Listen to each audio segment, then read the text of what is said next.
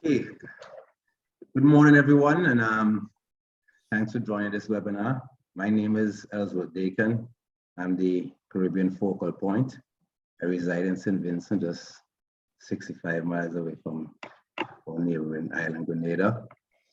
And I want to take time out to thank all the hoteliers and the financial institutions that joined us this morning.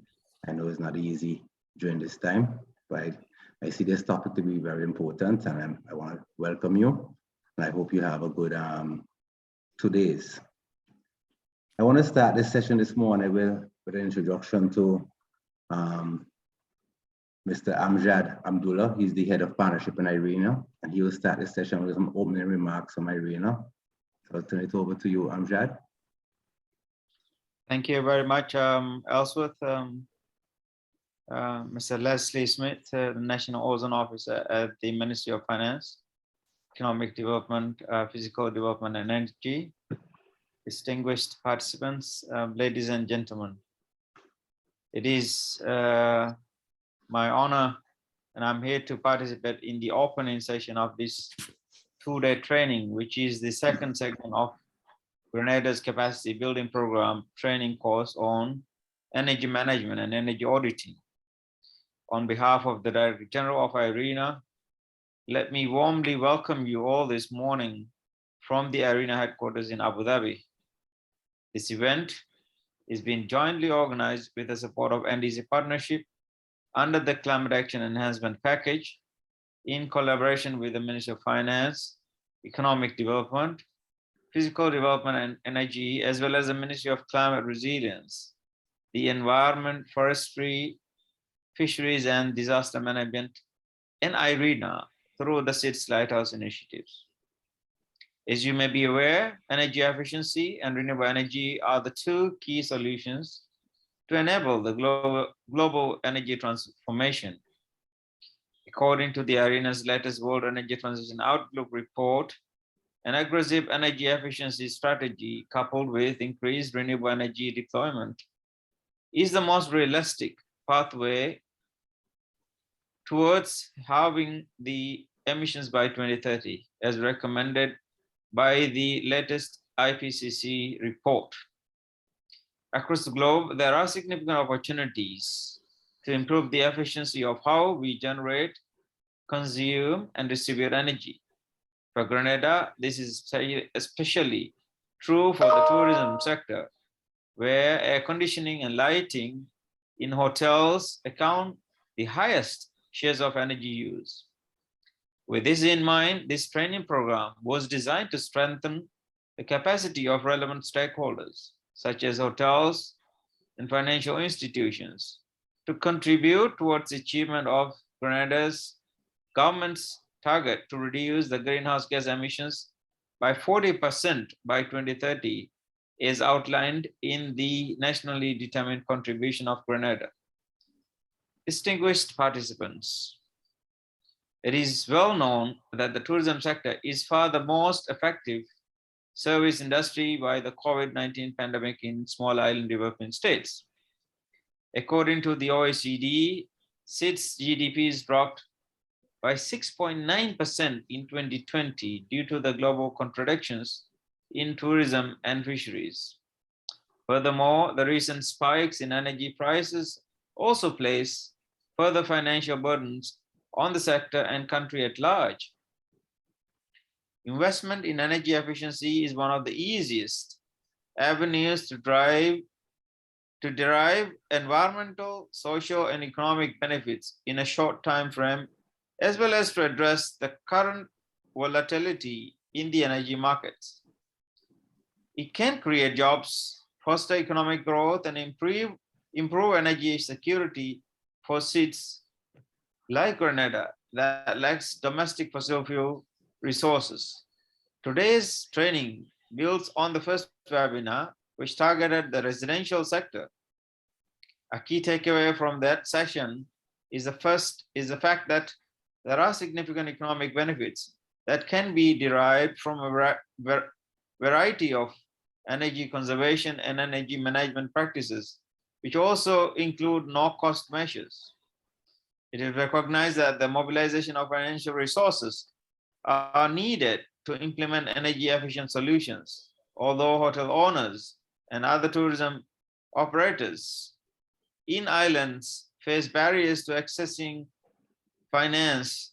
They have still taken the initiative to invest in energy efficiency programs, such as the implementation of awareness measures for lighting and air conditioning use in rooms.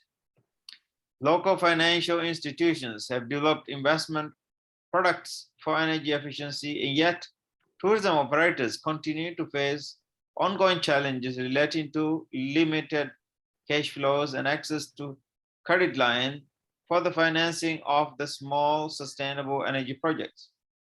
Access to loans at concession or interest rates and improving the bankability of energy efficiency projects in the tourism sector is therefore a key to removing financial barriers to the deployment of sustainable energy solutions. To this end, this training provides an avenue to strengthen the linkages between energy, climate financing experts towards the development of energy efficiency proposals.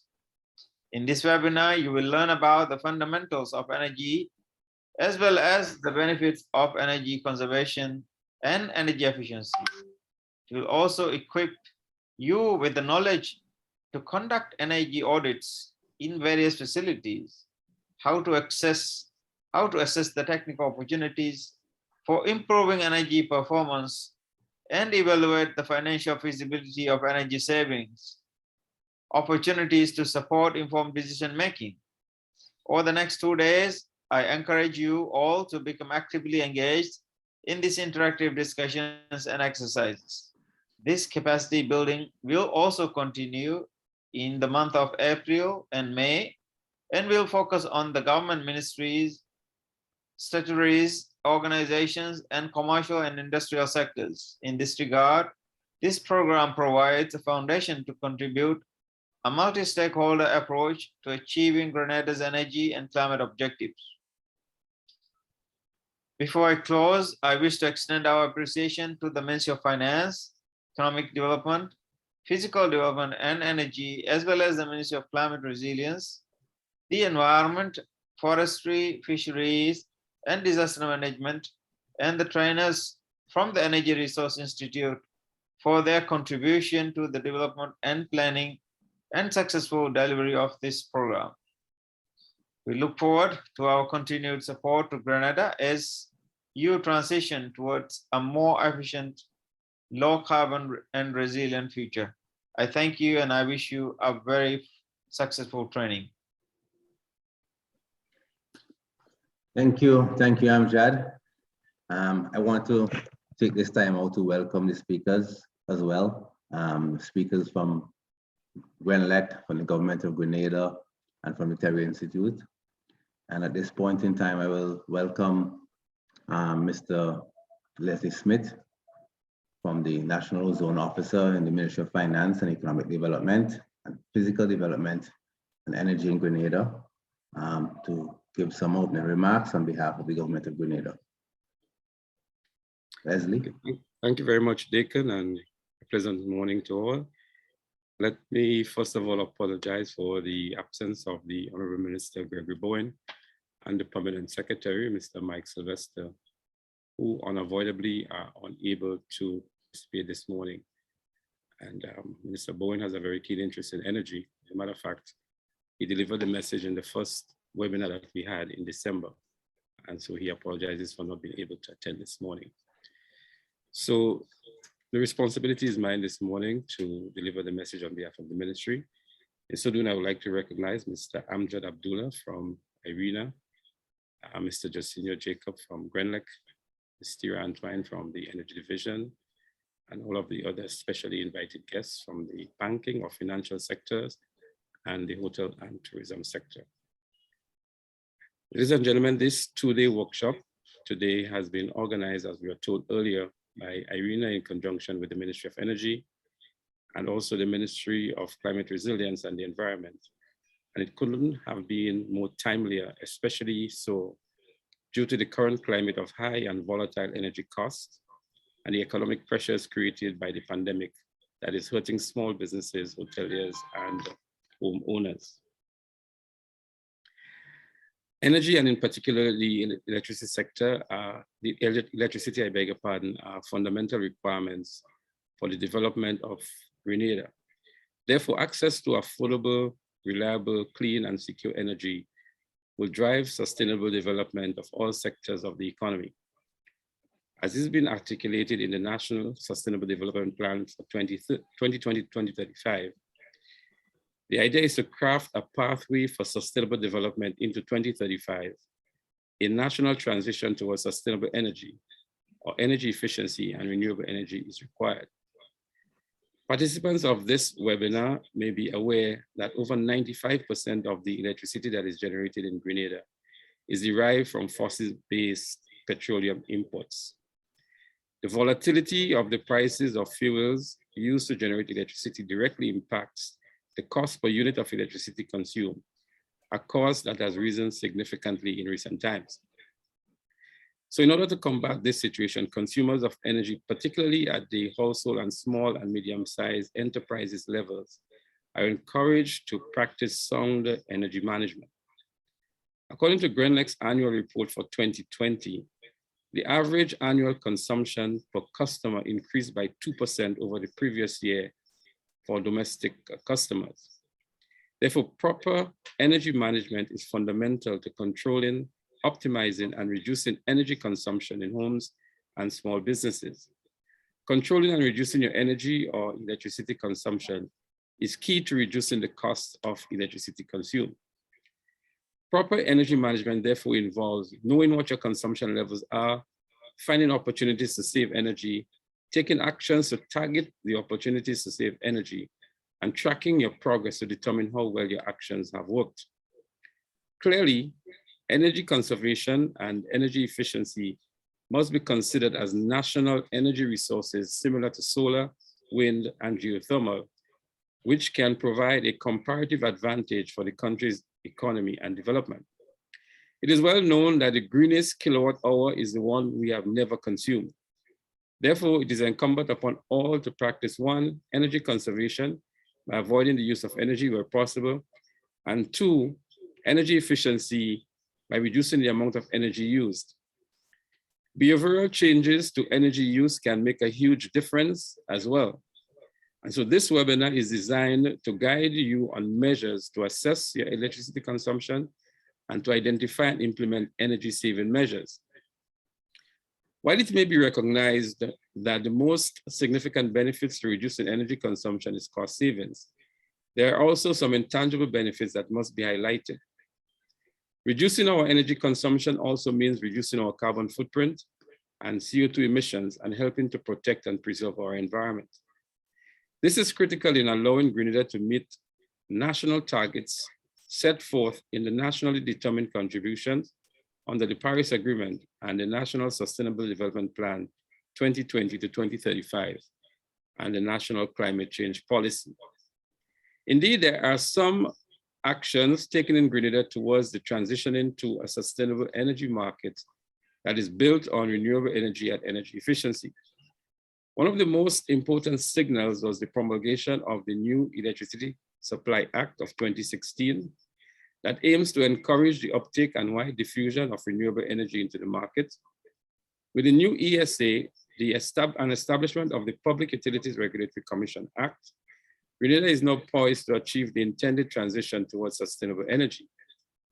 Furthermore, the National Climate Change Policy 2017 to 2021 provides the most comprehensive direction for us to pursue a low carbon development and to build resilience to climate change. Additionally, as communicated in the NDC, the government of Grenada is committed to reducing greenhouse gas emissions by 30% of the 2010 levels by 2025, with an indicative reduction of 40% of the 2010 levels by 2030. The NDC also identifies a 30% reduction in emissions from the production of electricity. And in this regard, it is envisioned that 10% of these emissions reductions will come from adding renewable energy into the production mix, while the remaining 20% will come from implementing energy efficiency measures. And this crystallizes the point that I made earlier, that energy efficiency and conservation are the greenest sources of electricity. As a direct response to the challenges brought on by the increased fuel prices and electricity costs, the government has moved swiftly to provide some relief to customers. And among the recent measures implemented are: one, the zero rating of the VAT and the removal of the environmental levy on electricity consumption for domestic consumers with usage up to 500 kilowatt hours, and the reduction of 25% on the non-fuel charge per kilowatt hour for all categories of consumers. Further, there is a cap that is now in place on the cost per gallon of gasoline and diesel whenever retail prices rise above $15. In more recent times, government has also approved a 100% concession on all solar PV off-grid and grid-tied systems, including batteries and all components, as well as the same has been in place for electric vehicles. So these are some measures that government has instituted in recent times to help cushion and to buffer the impact of the high and volatile prices for electricity and fuel. On behalf of the ministry, therefore, I would like to extend appreciation to IRENA for this well-timed initiative. And I encourage everyone to take full advantage of this webinar, as it provides you with tools to help you save energy, save money, and ultimately save the environment. The webinar series will continue next week, targeting a different group of stakeholders. And so we encourage all again to participate and to maximize from the opportunity. So on behalf of the Ministry of Finance, Economic Development, Physical Development, and Energy, I take this opportunity to wish all well and to wish all a very successful webinar. Thank you very much. Thank you, Leslie, and thanks for the insight of the government measures and some insight on the policies of the government of Grenada. And I want to close this official opening remark. I want to encourage you participants that this is a very interactive session, and we're here to all learn and to build some capacity. I want to take this time out to introduce you to some colleagues from the Terry Institute that's in India. The Terry Institute is the Energy and Resource Institute, as a leading think tank dedicated to conducting research for sustainable development of India and the Global South. The focus lies in promoting clean energy, resource efficiency, environment management, sustainable agriculture, sustainable habitat, and climate resilience. TERI is a research-based institution with international reach and collaboration, and they work with governments, the media, the youth, and civil society. So I want to invite Dr. Rao He's the director of the Institutional Energy Efficiency Division from Terry. He has over 25 years of professional experience in implementing energy efficiency and renewable energy technologies across the economic sectors in Asia, Africa, Europe, North and South America. He works closely with the government of Guyana in implementing their low carbon development strategies, the LCDS, and promoting advanced energy efficiency technologies. He holds a degree in mechanical engineering and has done his master's and doctorate in energy systems. In addition, he heads the list of the accredited energy auditors published by the Bureau of Energy Efficiency, the Ministry of Power in India. And he also has 2 patents to his credit. I want to thank Dr. Rao and welcome to this webinar for some background and objectives of the webinar for the next 2 days. Thank you. Thank you. Good morning to all the participants who are present here. And I would like to thank the head partnerships, Mr. Ahmad Ajid Abdullah and Mr. Leslie Smith from the National Ozone Officer from the Ministry of Finance. So the objective, as it has been clearly mentioned, it is a very specifically capacity building of the participants. Hello. Yes, sir, you are audible. Yeah, Yatharth, you can make the slide, first slide. Share the slide. Sir, I have shared the slide. You are not able to see? No. Let me reshare it.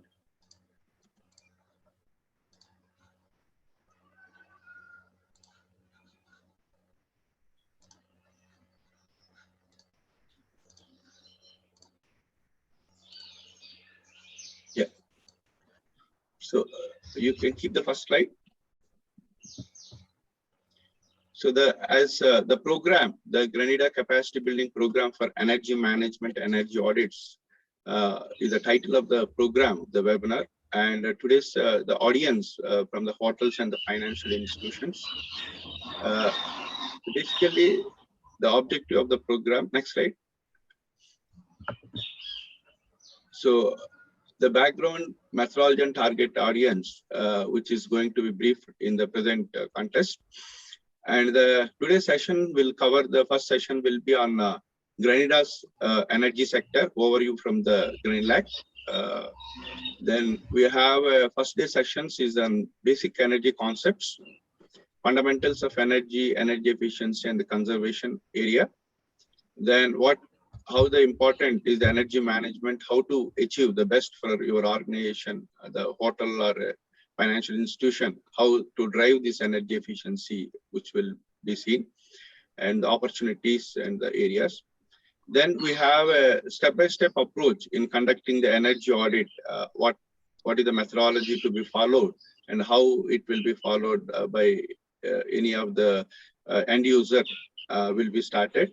And also the tools, what is the importance of the tools within the given the establishment. And if it is required, the tools which can be hired and how it will be helpful in conducting the energy audit and assessment of the energy use consumption will be looked into today's presentations. And we have a question and answer session at the end of the program so that we can take all the questions. Even we have, in case if we are not able to answer today, even we'll get back with the answers by tomorrow. We have a session. Tomorrow's session is energy efficiency measures and financial planning. It is basically how to review the energy management within the energy consumption within the establishment and see how the analysis to be done after collecting the information from the use of the bills and the instruments and tools and other things, and how to derive the energy conservation measures from the analysis of the energy consumption patterns of the individual sessions, equipments and other things, which we can see tomorrow's session. And also we have some energy saving calculations, how the individuals can carry out. and the financial viability of the projects, how to be evaluated, the ranking of the projects, energy conservation projects, once it has been identified, how it need to be evaluated. That process also will be discussed tomorrow, as well as the energy audit reporting. Once the document, the information has been collected, how it need to be documented so that it will help in monitoring and verification in the coming years, kind of, which also has been given in this particular webinar. So these are the 2 days webinar which has been planned, and the sessions what we are going to cover under the efficient use of energy.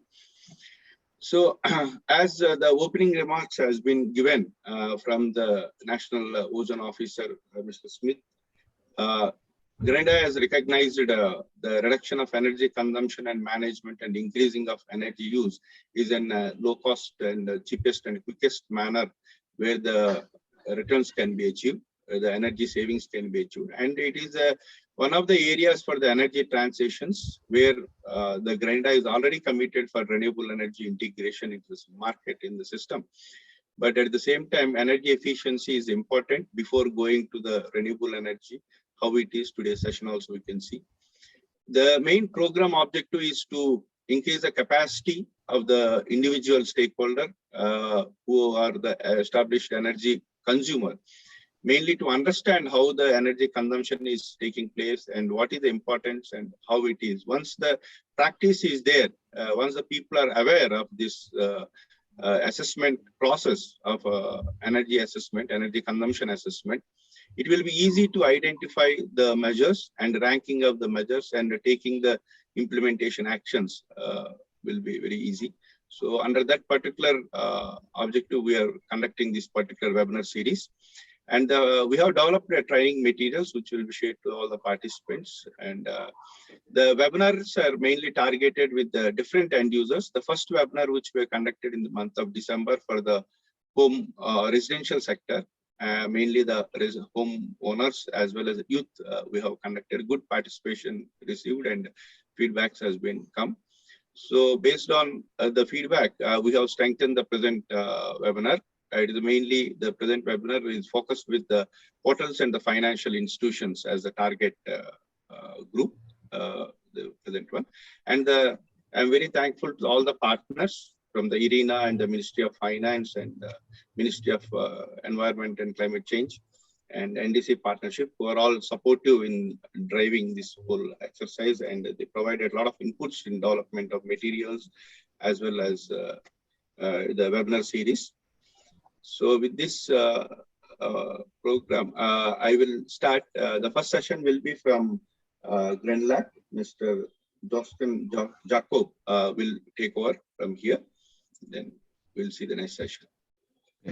Thanks, Dr. Rao. Just along with Dr. Rao, he has 2 colleagues also from the Terry Institute, Vijan Mohan and Yathat Sharma, both have their masters in electronic engineering with a diverse experience in renewable energy and energy efficiency.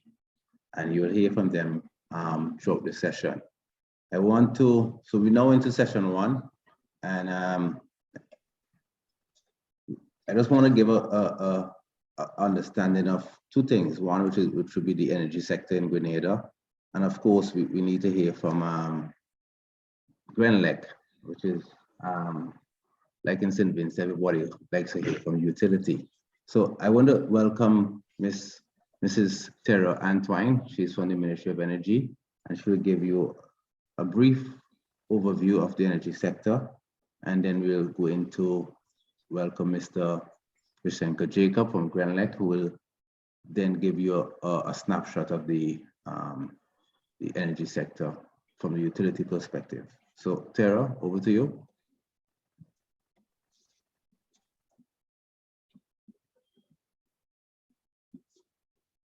Okay, good morning, everyone. Thank you, Alsor.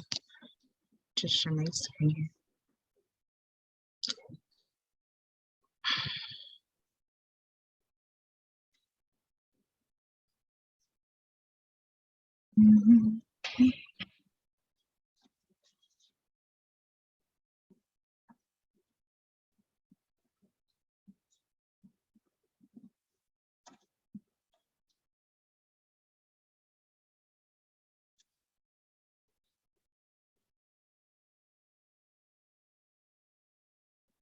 All right, so as mentioned, I'm from the Energy Division, Government of Grenada. So myself and Jacinio, we're going to split an overview of the sector. I'll just look at the policy and regulatory framework, and Jacinio would focus more on the electricity sector, and as Ellsworth mentioned, from the utilities perspective.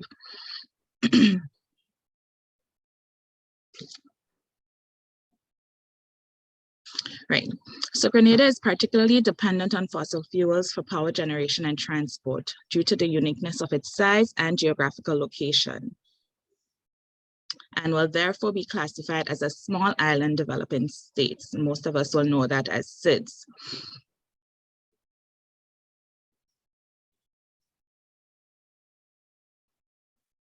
The country primarily depends on imported oil products such as motor gasoline, known as MoGas, diesel, kerosene, aviation fuel, and liquid petroleum gas, known as LPG, to meet its energy demand, which in 2019 accounted for 16.2% of the country's total imports. Now, apart from these primary fuels, combustible, renewables, and waste are also produced domestically for heating and cooking purposes, and also used as secondary fuel sources. Grenada's energy mix is essentially composed of fossil fuels. Its energy needs are indeed satisfied by the imports of petroleum-based derivatives, which accounts for as much as 16.2%, as mentioned, of the country's total imports. Grenada's electricity sector is dominated by diesel fuel generation, and in 2020, it constituted 98% of the country's total power generation mix.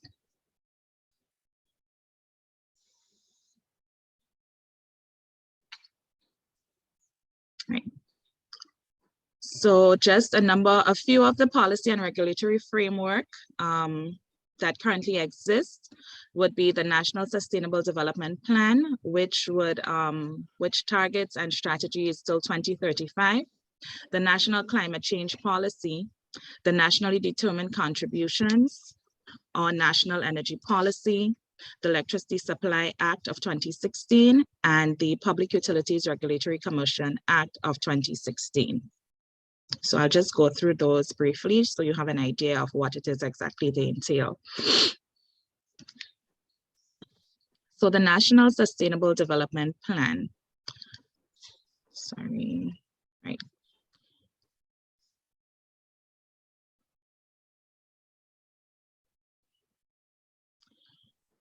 Now, the objectives of this plan, which spans from 2020 to 2035, is to, 1, establish feed-in tariffs and adjust accordingly to stimulate uptake and investment in renewable energy technologies, implement minimum energy performance standards for buildings and products, and improve MEPS on a regular basis to continually increase energy efficiencies, develop and offer training in renewable energy technologies and energy efficiencies, encourage the importation of electric and hybrid vehicles through economic instruments and policies, create policies and support systems to make renewable energy technologies affordable to the energy impoverished, and implement an annual energy efficiency campaign. So this plan was developed locally. Then we have the National Climate Change Policy. Within its vision, the policy seeks that, 1, citizens, communities, and consumers have knowledge about potential climate vulnerabilities, risk, and the impact of GHG emissions, and have access to data and information on climate impacts. Companies have knowledge about potential climate vulnerabilities and risk on the impact of the GHG emissions. Research institutes collect relevant data or can collect relevant data, disseminate knowledge, and develop learning capacities on climate vulnerabilities, risk, impacts, and adaptation mitigation responses, and civil society groups and non-governmental organizations have knowledge about potential climate vulnerabilities or risk and the impact of GHG emissions, have access to data and information on climate impacts, and are willing and able to take actions to adapt or to mitigate climate change in support of citizens, communities, and the environment.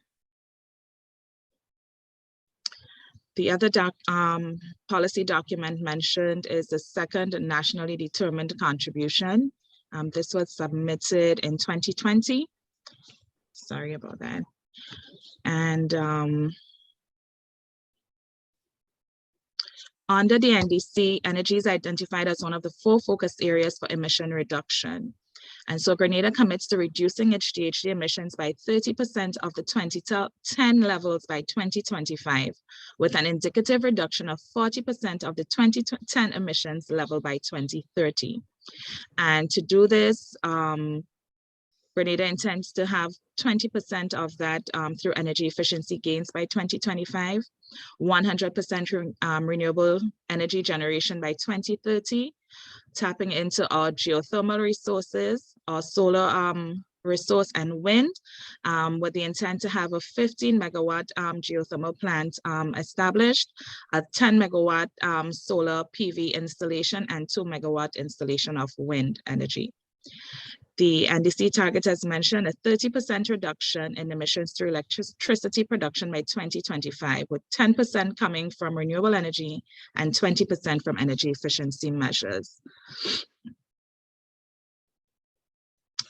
Our other policy document, or the document that should guide the energy sector, is our National Energy Policy. This was developed in 2011 and is essentially expired now, and is currently being updated with assistance from the World Bank. We should have that document finalized sometime by mid-year this year of 2022.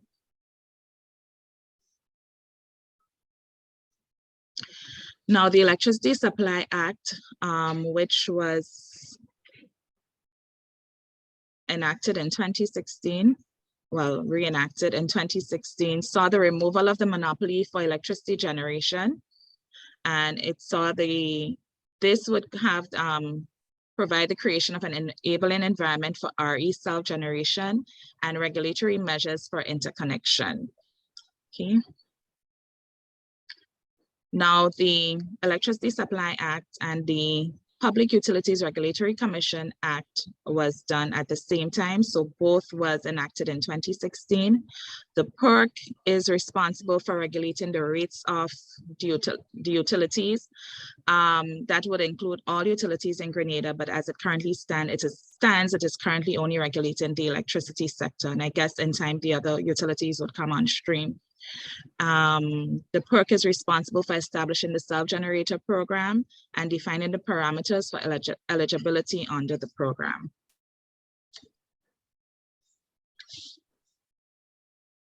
Now, there are a number of incentives and concessions, as well as subsidies provided by the government.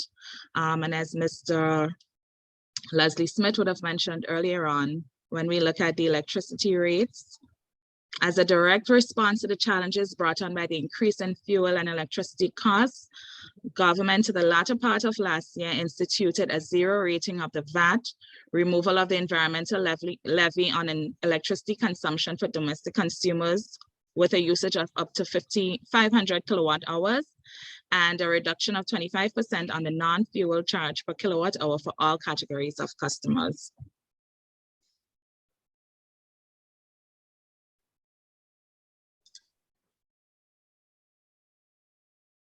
Okay, right.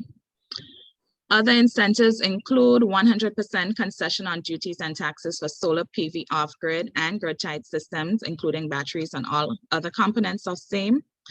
A 100% concession of duties and taxes on electric vehicles, and an exemption of VAT on LEDs.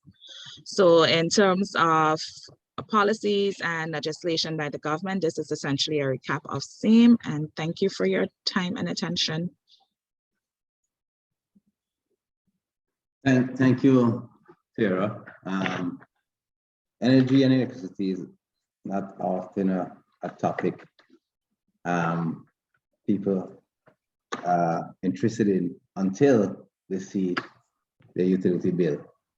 And I think people, and the purpose of this workshop is to see how best to keep your operational costs within utility down. And energy efficiency is normally what you call a low-hanging fruit. I want to welcome Mr. Lysenko Jacob from Grenada. I see in his bio he has an extensive experience in renewable energy, over 15 years. He's an electrical engineer from Grenada with over 22 years experience. He's also the managing director of Eco Solutions, which is a service company that focuses on renewable energy and energy efficiency. And I will invite Mr. Jacob to give an overview of the perspective on utility. He will also give an explanation of how to understand your utility bill. So thank you, Mr. Jacob, for taking time out, and the floor is yours. Thank you, Brother Chair. And good morning and welcome to all the participants of this couple days of workshop. I will continue from Tira's presentation, talking about the overview of the energy sector, policies and regulations enabling renewable energy, energy efficiency, and conservation in Grenada. So just to establish context, I mean, the audience here should be the audience representing the hoteliers, the hotels, and the financial institutions. And for these institutions, energy is an input and it's not an output. It's like a seven issue. So energy is, I say, value, but it's valuable, but not valued. What I mean by that is that energy is required for the business. In your case, hotels and so on, use LPG for cooking, heating, use diesel and gasoline for transportation, use electricity for everything else, being the secondary source that is versatile. So for lighting, heating, cooling, motors, pumping, whatever it is, you use electricity. But these are all inputs to business as a cost. Yet energy is not appreciated. The energy content of your product and service is not appreciated by customers. Customers don't care how much energy you use to create these products and services. And you can't from month to month say change the rates on the rooms based on how much electricity you consume. And also, customers are generally agnostic to the choice of energy technology or energy source, except to say that maybe if you go to renewable energy, you can brand yourself as green and promote yourself a brand on that basis. So on the one hand, you have this expense that is not valued. And on the other hand, you have lack of control. So by the status quo in this context, we're relying a lot of pretty much entirely on imported fuels.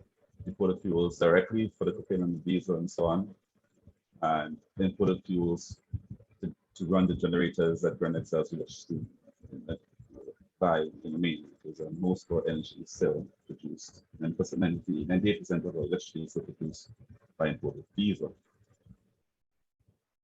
And also that leads to a lack of control of the fuel costs, because these costs are basically controlled by external producers who can manipulate the supply and thereby manipulate costs. And then you have the global impacts of events such as COVID-19 and the war in Ukraine that impacting costs significantly. So you have this sensitivity, this volatility that's created by external factors that just makes it hard for you to plan and budget your costs. But I guess, thankfully, in the same context now as expressed by the ministry representatives, we have at least a relief provided by the government where the price of the pump is capped and there's a 25% reduction in the non-fuel costs. So at least you have in this time a bit of relief, but we all know that it's temporary, was meant to be temporary, and unsustainable for the government because it could go in taxes that it need, and it's also limited. It's only applicable to fuel at the pump, and I guess people who use LPG involved would understand that this is not. You can see the real cost on that LPG.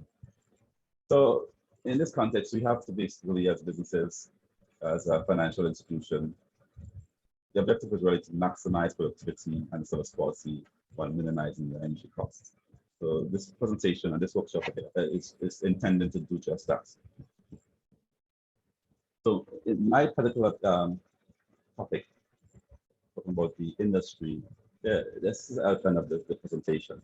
I will talk a bit of the energy sources and the usage. I'll talk about the players in the industry and the policies that govern the industry, something that has been discussed already. I'll talk about some of the challenges and opportunities, and then go into some future of suggestions, recommendations, conclusions. Okay.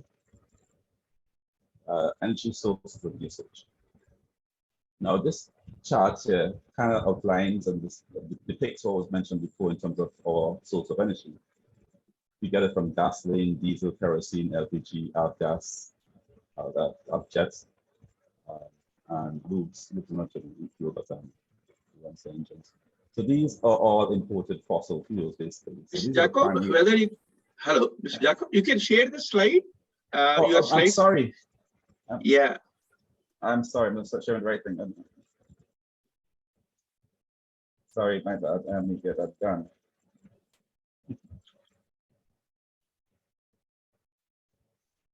Just showing.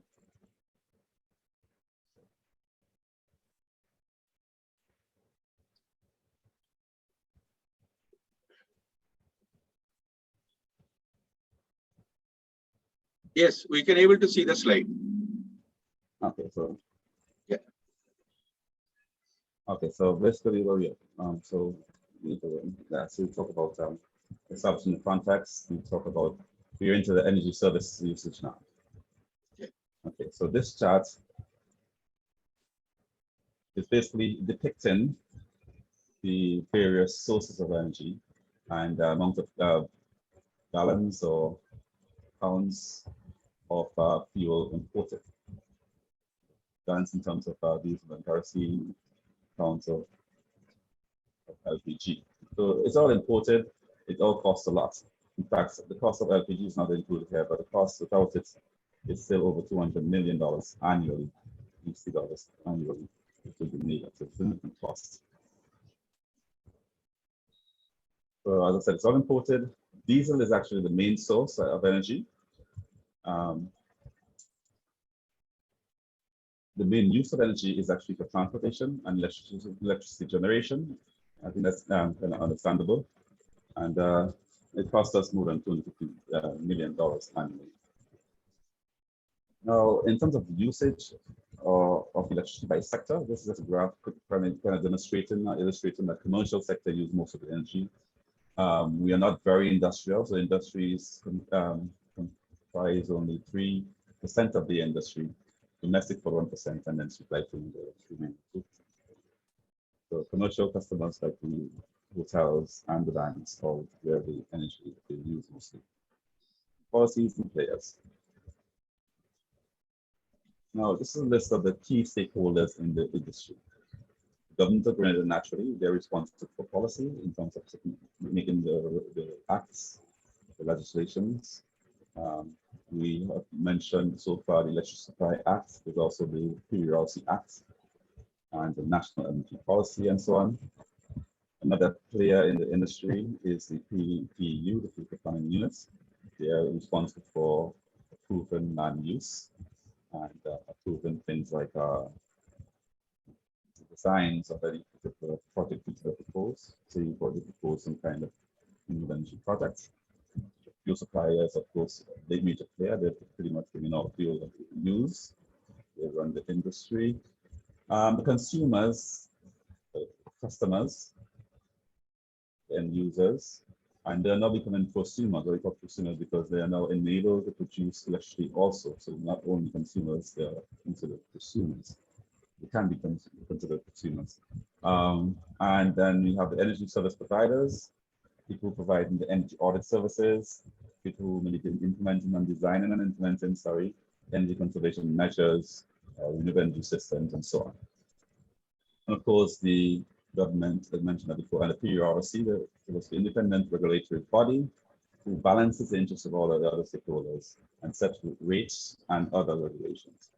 These are the players we need to be mindful of in the energy sector. The policies, some policies we mentioned before. I'm trying to mention the NDCs and these goals. We have 2025 goals of in terms of energy efficiency and emissions. In terms of energy efficiency, we want to get 20% energy efficiency gains by 2025 and 30% reduction in emissions by 2025. And in terms of electricity, we have a very ambitious goal of going to 100% RE by 2030. It's a few years from now, 8 years from now, 100% RE for electricity. Grenada is trying to see how we can enable that and contribute as much as possible to that.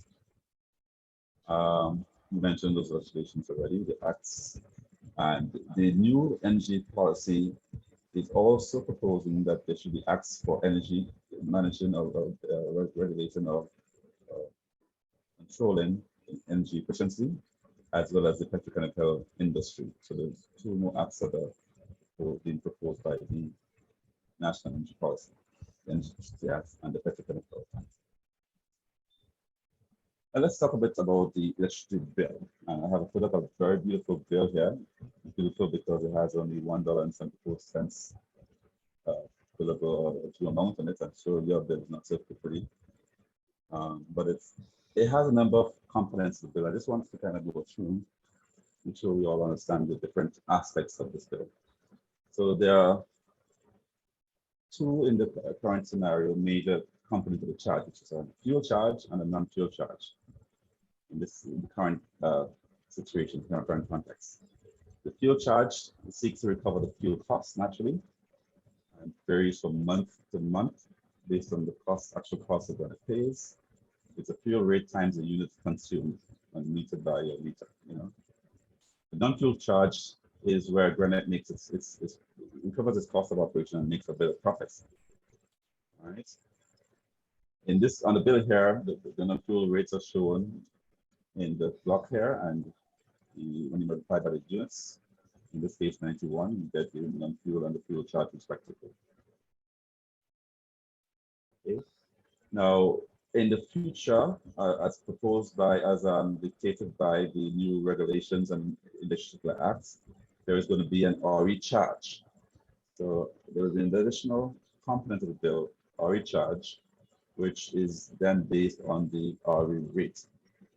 Now, what this means really is that Grenada, in addition to buying fuel, or instead of buying the amount of fuel we normally buy, we will buy a bit of RE generation, renewable energy generation from customers and from other independent power producers. Now, the intention is that the fuel rate or the RE rate will be less than the fuel rate. So the amounts that you pay for renewable energy should be less than the amount you pay for fuel. So the RE charge should be less than the non-fuel charge. Oh, sorry, the fuel charge. So that while you're introducing a new charge on the bill, the goal is to have that charge be less than, the increase will be less than the increase, or the additional renewable energy charge will be less than, or should be less than the reduced fuel charge. Okay. That will be a net reduction in cost. And then there are a couple of government charges on the bill, which is the VAT, which is 15% on any consumption above 99 units, and the environmental levies, which is applicable to domestic accounts for we call the garbage tax, which either $5 or $10 based on your consumption. And the government again gave some relief on that, temporary relief, where the limits has been increased from 99 units to 500 units before you start paying environmental levy. Lysenko, I just want to encourage the participants that if you want to raise any question, you could always raise your hand. And please. I think what you're discussing now is may have some questions. If you have any questions or any clarification on this, now is the time. Yes. I will assume if we don't have any questions and everybody understands the bill. So are there any questions from anyone who would like to ask anything particular about their bill?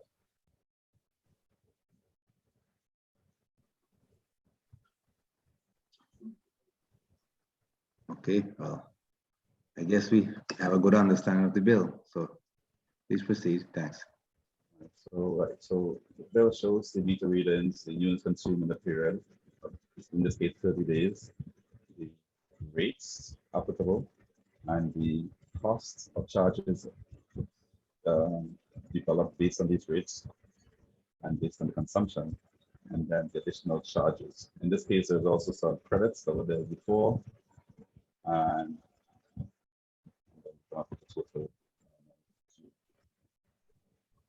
we also give some notes kind of explaining some of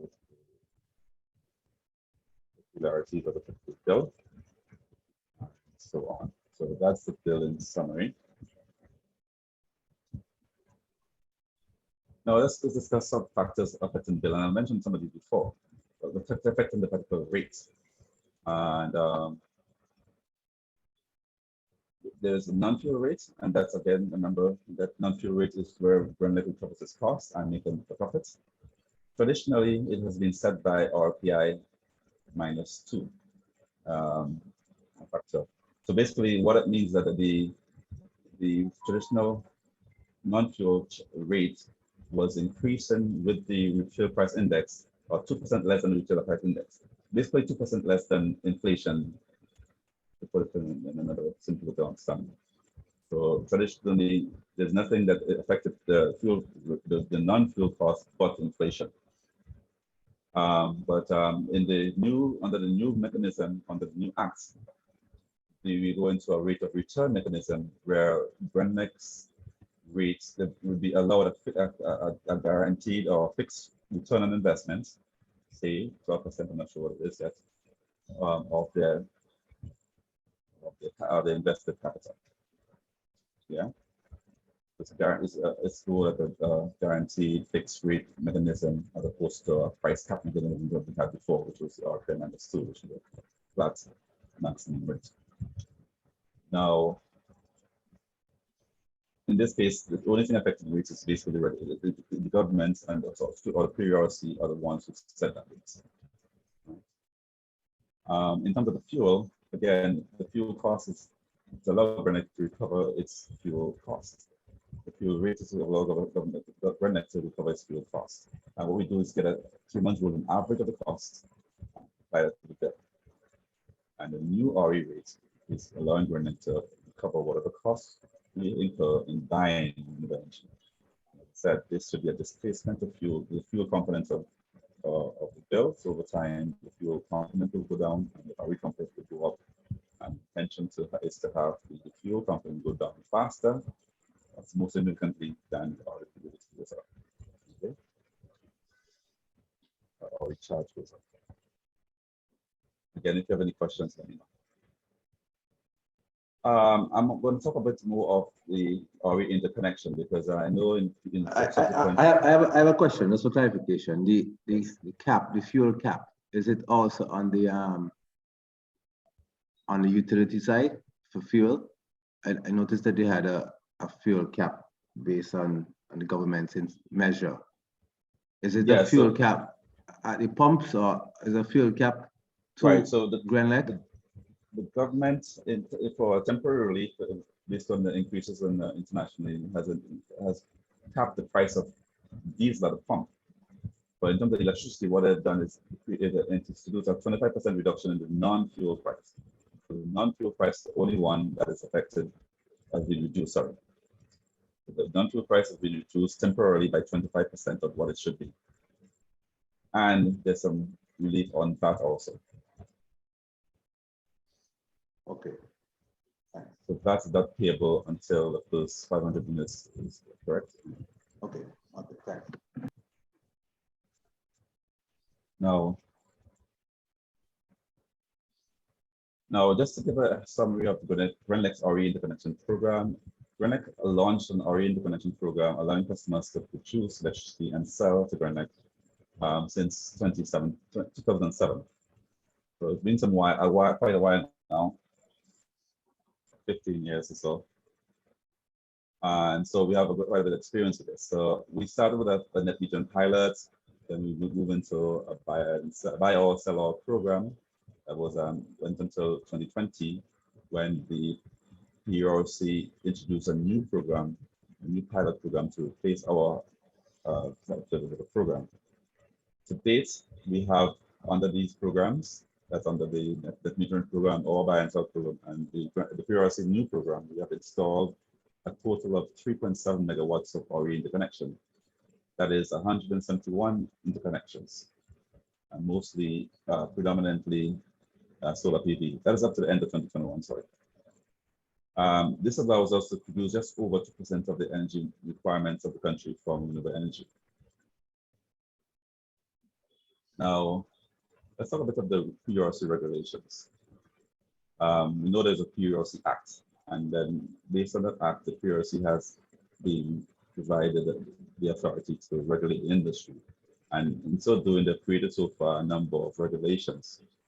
One is for the network licensee, the network license regulation, basically governing or dictating how a network licensee, generally speaking, just run that, because I don't think the intention is not to have competition in the network provision of the network services. It's not typical or financially feasible to have a new set of lines in run. So basically, this talks about how Grenada goes about getting a license and then its license as network licensing. Then we have 3 sets of codes called the grid codes. The grid codes include a generation code, talk about how generators, other generator and independent power producers should produce their power and interact with the TND or the network licensing, those responsibilities, the quality, and so on. Similarly, there is a TND code, a transmission and distribution code, that again applies to Grenada as a licensee and how it conducts its business, and a supply code, which I guess again applies to Grenada and dictate how we maintain the quality of service required for customers and so on. Under this particular code, supply code, there is a provision for self-generation. So the self-generator, sorry, supply code makes provision for customers to self-generate. There's also another regulation called the Generation Expansion Planning and Competitive Procurement Regulation. And this provides a mechanism for selecting the most cost-effective generators. So if you want to become, and as a business, you can become an IPP, an independent power producer. And so this would kind of govern, this regulation govern how we become a power producer, how you get a license, a generation license to do that. All right. And of course, the generation license code itself, where we talked about all about getting a generation license. These are for people who want to be, I guess, a competitor to Grenada as a generator. These are regulations from the Prc. Now let's talk about the pilot program some more. Prc pilot program, because these pilot program, or these 2 programs, create opportunities for businesses to produce electricity for themselves, or produce electricity as a producer, as a business. Now, as a sub-generator, the Prc self-generator pilot program seeks to promote investments in RE for sustainability purposes, for affordability of the customer, energy affordability, and for energy security. Under this, you get to use the electricity that you produce first, and if there is excess, you sell the excess to Grenada. Grenada pays for an excess. It offers potentially attractive returns. It allows you to avoid the retail price of electricity. So now commercial customers are paying upwards of 80 cents per kilowatt hour. Every kilowatt hour that is produced by a sub-generator and used for themselves, avoid these customers. You as a hotel, you as a bank, if you produce it for yourself, you save 80 cents per kilowatt hour you produce and use for yourself. As instead of having to sell it all at 6 cents. There is a cap though. There's a cap on the capacity you can install. So the capacity is limited to, for commercial customers, 60% of your consumption. So a commercial customer can only produce a system that is a size of system or a system that can produce no more than 60% of their energy consumption. And that's what I say here. So capacity limits. As a commercial customer, you allow to have install a system that can produce up to 60% of the consumption. But for homes, you're allowed to produce or install a system that can produce up to 120% of your consumption. So for domestic customers, there'll be more opportunities to sell excess.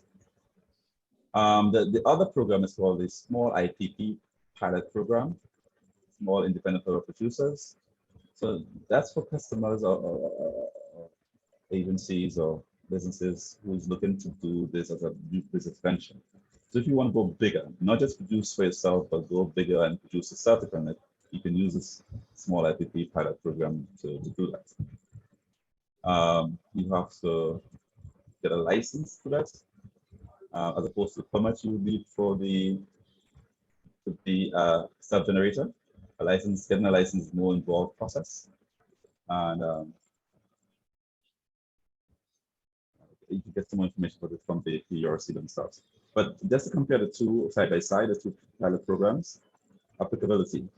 The sub-generator program is applicable to customers primarily seeking to generate electricity for their own consumption, while the IPP is persons primarily seeking to produce electricity for sale.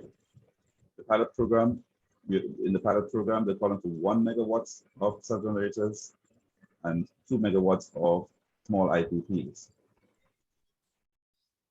The limits I mentioned before, the limits for the sub-generator program is based on consumption. The limit of the smaller IPP program is 200 kilowatts. The programs were launched last year, April and May respectively. The sub-generator program goes for 24 months, and the small IPP program is coming to an end. This pilot program is coming to an end soon, next month. Metering is different slightly. The credits you get for your excess depends on the size of the system you install under the sub-generator program. Now, remember, you would first use what you can and save the 80 cents or so that you would have paid retail price for. And if there are excess, you would get 30 cents, 29 cents, or sorry.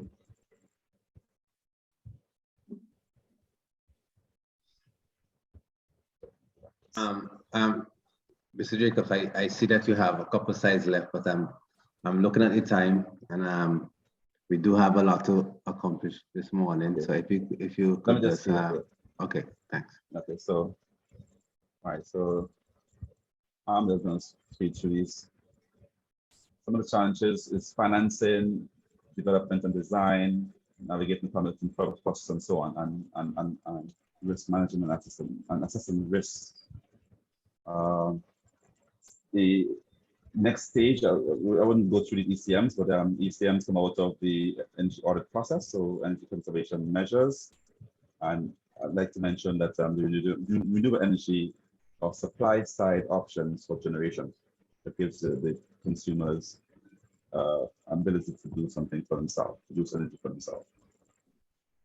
Solar is a good resource. Basically, it's a good resource. It's available in Grenada, ubiquitously. It allows you to use a roof, which is really a state, it's mature technology, and you have these two programs that the PRC has implemented. The technicalities of it, I'm not going to go through it too much, but basically the system comprises panels, inverters, pretty much electronics with no moving parts. But what it means for customers is that these systems tend to be very low maintenance. This is attractive for businesses where this is not a core business. So you can just install it basically and need it. Different kinds of systems you can install, which is like grid connected systems, standalone systems, and hybrid systems. You're trying to minimize costs and maximize returns. So you want to make sure that you vet your installers properly, get a proper quote, consider the costs, and not just the costs, but the returns by looking at site-specific data, like exactly the solar resources they're shading, how the panels will be installed, and so on, and use reasonable assumptions.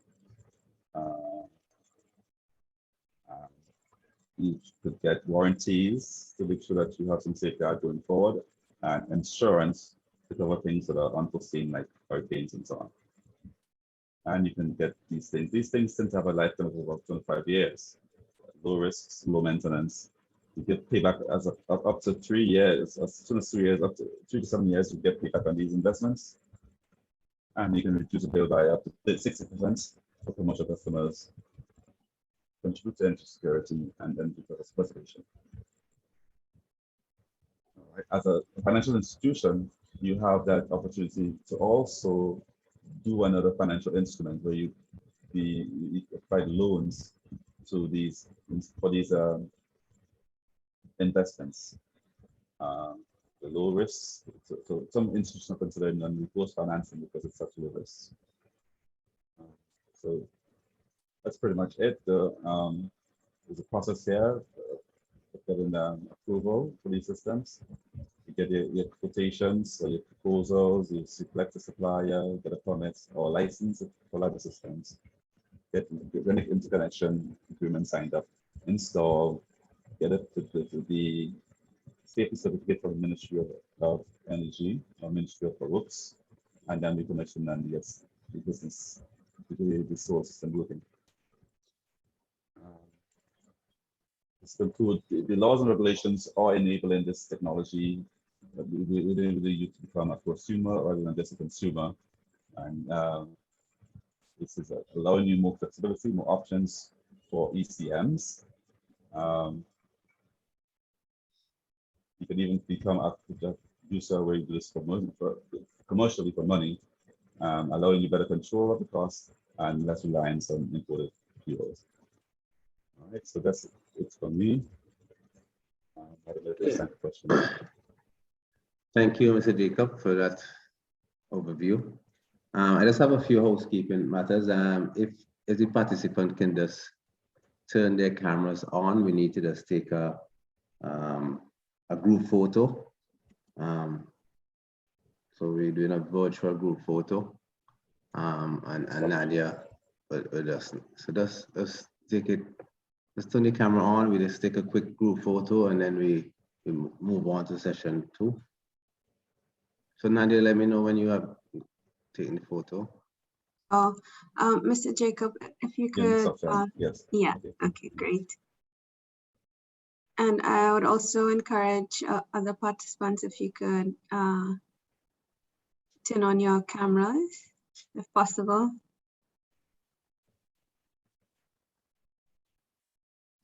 Okay, great. Okay.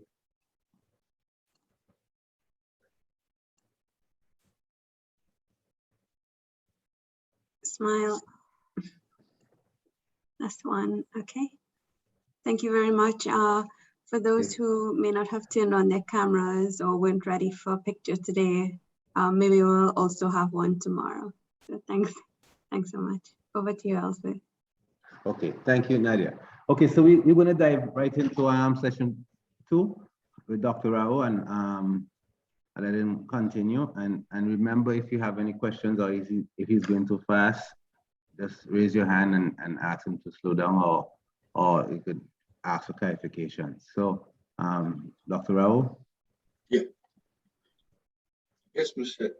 Iswat, thank you for this brief.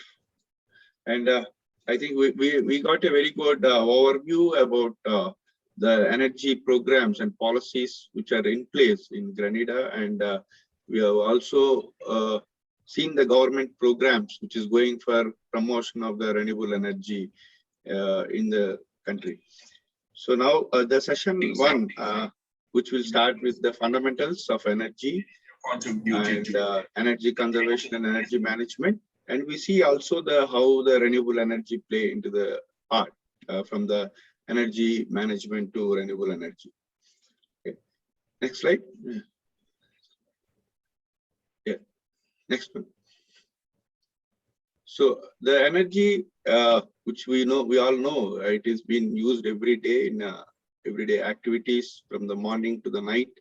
When we are carrying out each and every activity, even now what we are seeing in the webinar, we are consuming a good amount of energy from electricity as well as from the battery storage and other things. Every activity what each and every person, even it is an old person, the young person, or any gender, if we can take, energy is must. Energy is required for each and every activities, every movement what we do. Either we are cycling, or either we are reading, or either we are sleeping, kind of one. So the fundamentals of energy, if you can see the definition wise, energy is nothing but ability to do the work, what any activity, any movement, or any kind of a positioning or moving So the work which is related to the transform of energy from one angle to the another one, where it is a force which is moving a body to certain distance, it is called as the work which has been applied. That is, the energy has been released to do that particular kind of work has been. And the power is nothing but the rate at which per every minute or every second, every hour, how the energy has been converted to do the work is called as the power. These are the three primary definitions for the energy.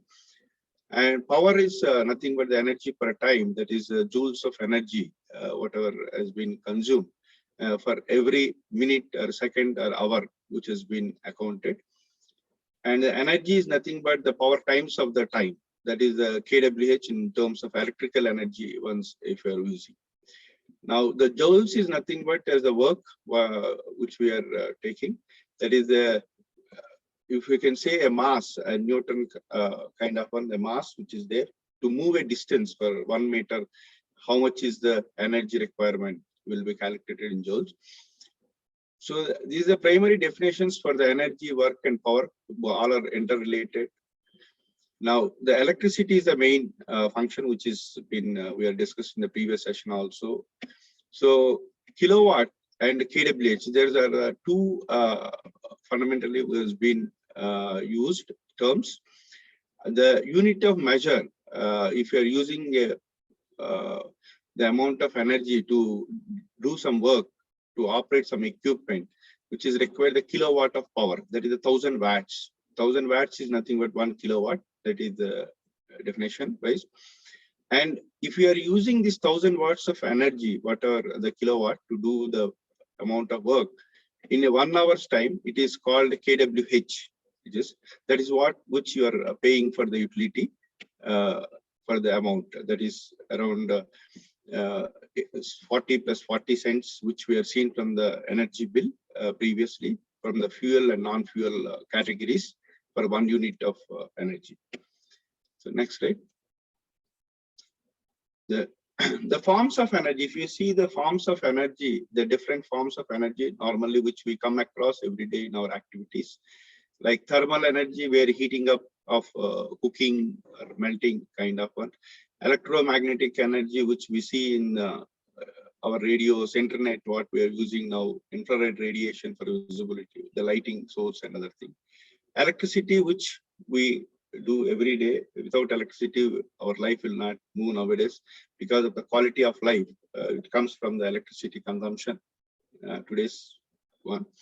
And the chemical energy, which is stored in chemicals, even if you can say the petroleum products, diesel or the LPG kind of, all are chemical energy which is stored in a confined form and which will be released when you are firing or when you are changing the form of energy from one place to other place. Even the food, whatever the, if you can take the food, vegetable or non-vegetable items, everything consists of a amount of energy, kilocalories of energy is there in each and every component.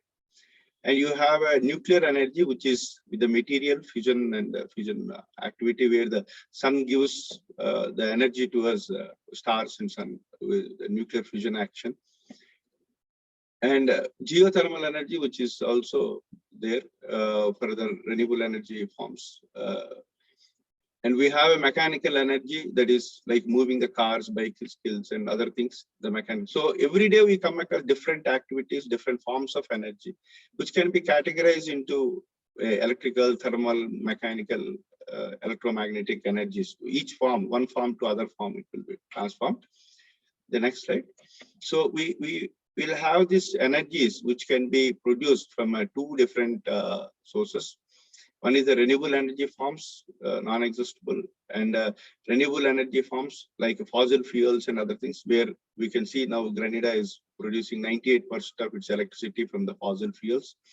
And the other forms in other places where based on the resource availability, like a coal, natural gas, and nuclear power, these are also been used as a non-renewable source of energies to generate the power, or a different source of energy like steam and other forms.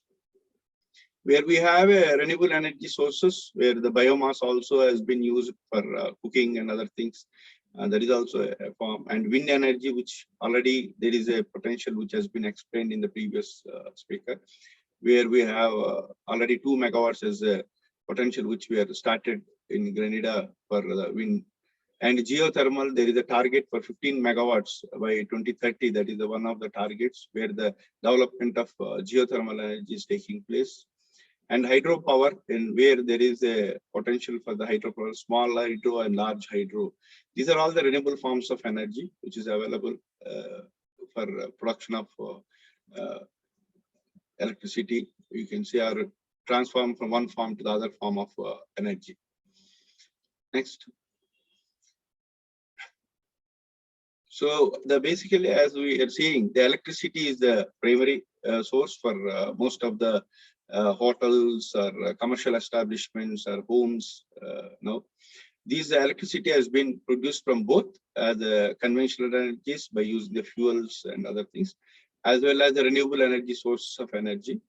And this energy, whatever electricity has been produced, which will be transformed to the different useful forms for the domestic use, even the commercial use and other things, like heating up of the fuels and the lighting and the entertainment, TVs, or the moving the sources from one to other. All forms of energy, these are, so the efficiency will play the conversion from one form of electrical energy to the useful form, where the efficiency will come into the picture. So these are fundamentals of energy, which we are discussed in the last 3-4 slides. Next. Now, if you can see the electricity, whatever is there, which we are getting up to the generation point to the end user, it has to transform into the different mode, and it has to reach in an effective manner, where this electricity, whatever is coming, kilowatt, whatever we are saying, it will have a different components where there is a very simple beer analogy which has been given, like you have a capacity of using this particular equipment in terms of kilowatt, but when you want to use that one, you need to have one wasteful source of energy, that's a KVR, also will come along with the kilowatt requirement for your things. There is a total kilowatt plus KVR react to non-useful or wasteful energy. It is a total KVA. That is the one which we have to keep it at the generation side, kind of one. And if you can keep the wasteful energy KVR as much as small, so KVA will become the kilowatt. That is a power factor which we call in terms of electricity, where you can maintain above 0.9, 0.95, 0.99. Then whatever the useful form of energy, we will have a minimum loss kind of in the electrical energy. Next. So the energy meters, electrical energy meters, where we use the meter for the consumption of energy, how much we have been consumed. It depends on the input power or active power, which we are coming in-house into the house or residential complex, where the energy meter has been fixed, and then from there the energy, whatever is active power is coming, which will be used close to the appliances. So the energy, how much energy is required for each appliance, which you can get it, the information from the appliance what you are using. There will be a tag, the information tag of the product, where it is mentioned in the watts of energy. You can see backside of the air conditioner systems or side of the unit, split air conditioning units, you will find the watts, or you can see the mixer in the kitchen appliances, where easily you can see the watts and kilowatt, how much is the kilowatt required for that particular product to use. If once you have the watt or kilowatt, then you can have a conversion into the kilowatts. And if you're using that appliance for a period of time of 1 hour, then that is nothing but your kWh of energy what you have been consumed for that particular appliance. Then the same, it will be measured in the energy meter, which has been installed at the particular facility, kind of. Next. So this is energy meter which you will be having. So where the energy has been monitored in terms of kWh, for which you are paying the bill to the Grenada, the amount of power, the actual power. Next. So now we can see a few examples and other things, the difference between the energy efficiency and the energy conservation with a few things. Where the energy conservation, if you see, it is a behavioral change where a person can use its common sense and based on their working place or where that particular activity has been carried out, what best can be done to save the energy, or whatever the action you are doing based on your behavior, your form of understanding of that particular form of use of energy without any intervention, where just by behavioral changes what it can be done, that is called energy conservation. And energy efficiency, if you see, it is also a part of the energy conservation, means after the understanding, but it is where the intervention is required, where you need to do some kind of a change to get the reduction in the energy consumption for the same kind of service or same kind of work what you are doing. Either it can be a technology upgradation or utilizing in a proper manner or best manner you are utilizing or completely utilizing, then it is called the energy efficiency. So energy efficiency is nothing but using less energy to produce the same service, whereas the energy conservation is a behavior that results in the use of less energy by doing the same, is a behavioral change. So simple examples which normally which we see in many leaflets and the promotional from the Grenada and other things also, like turning up of the lights, which is the not energy efficiency, it is energy conservation, you can say. And replacement of the conventional lamps like CFLs or tube lights with the LEDs, where we are seeing that earlier Mr. Smith's presentation, where LEDs has been given discount on the VAT. There is no VAT on the LEDs in Grenada. So the promotion has been done by the utility from the government side to use more of LEDs. That is nothing but the energy efficiency measure. And setting up of the air conditioning, air conditioners, split air conditioners, which are there in the rooms or offices, in the banks, wherever it may be. At the appropriate temperature, it can be from the 22 degrees to 24, whichever has been set. But if you see, as a company set, any air conditioner is set at a temperature of like 18 degrees or 16 degrees. Mostly 18 degrees has been set. But 18 degrees is a very cold, which is not required for normal, the human body. So it is like a 22 to 24, depending upon the location and the type of building and the size of the room, which can be set.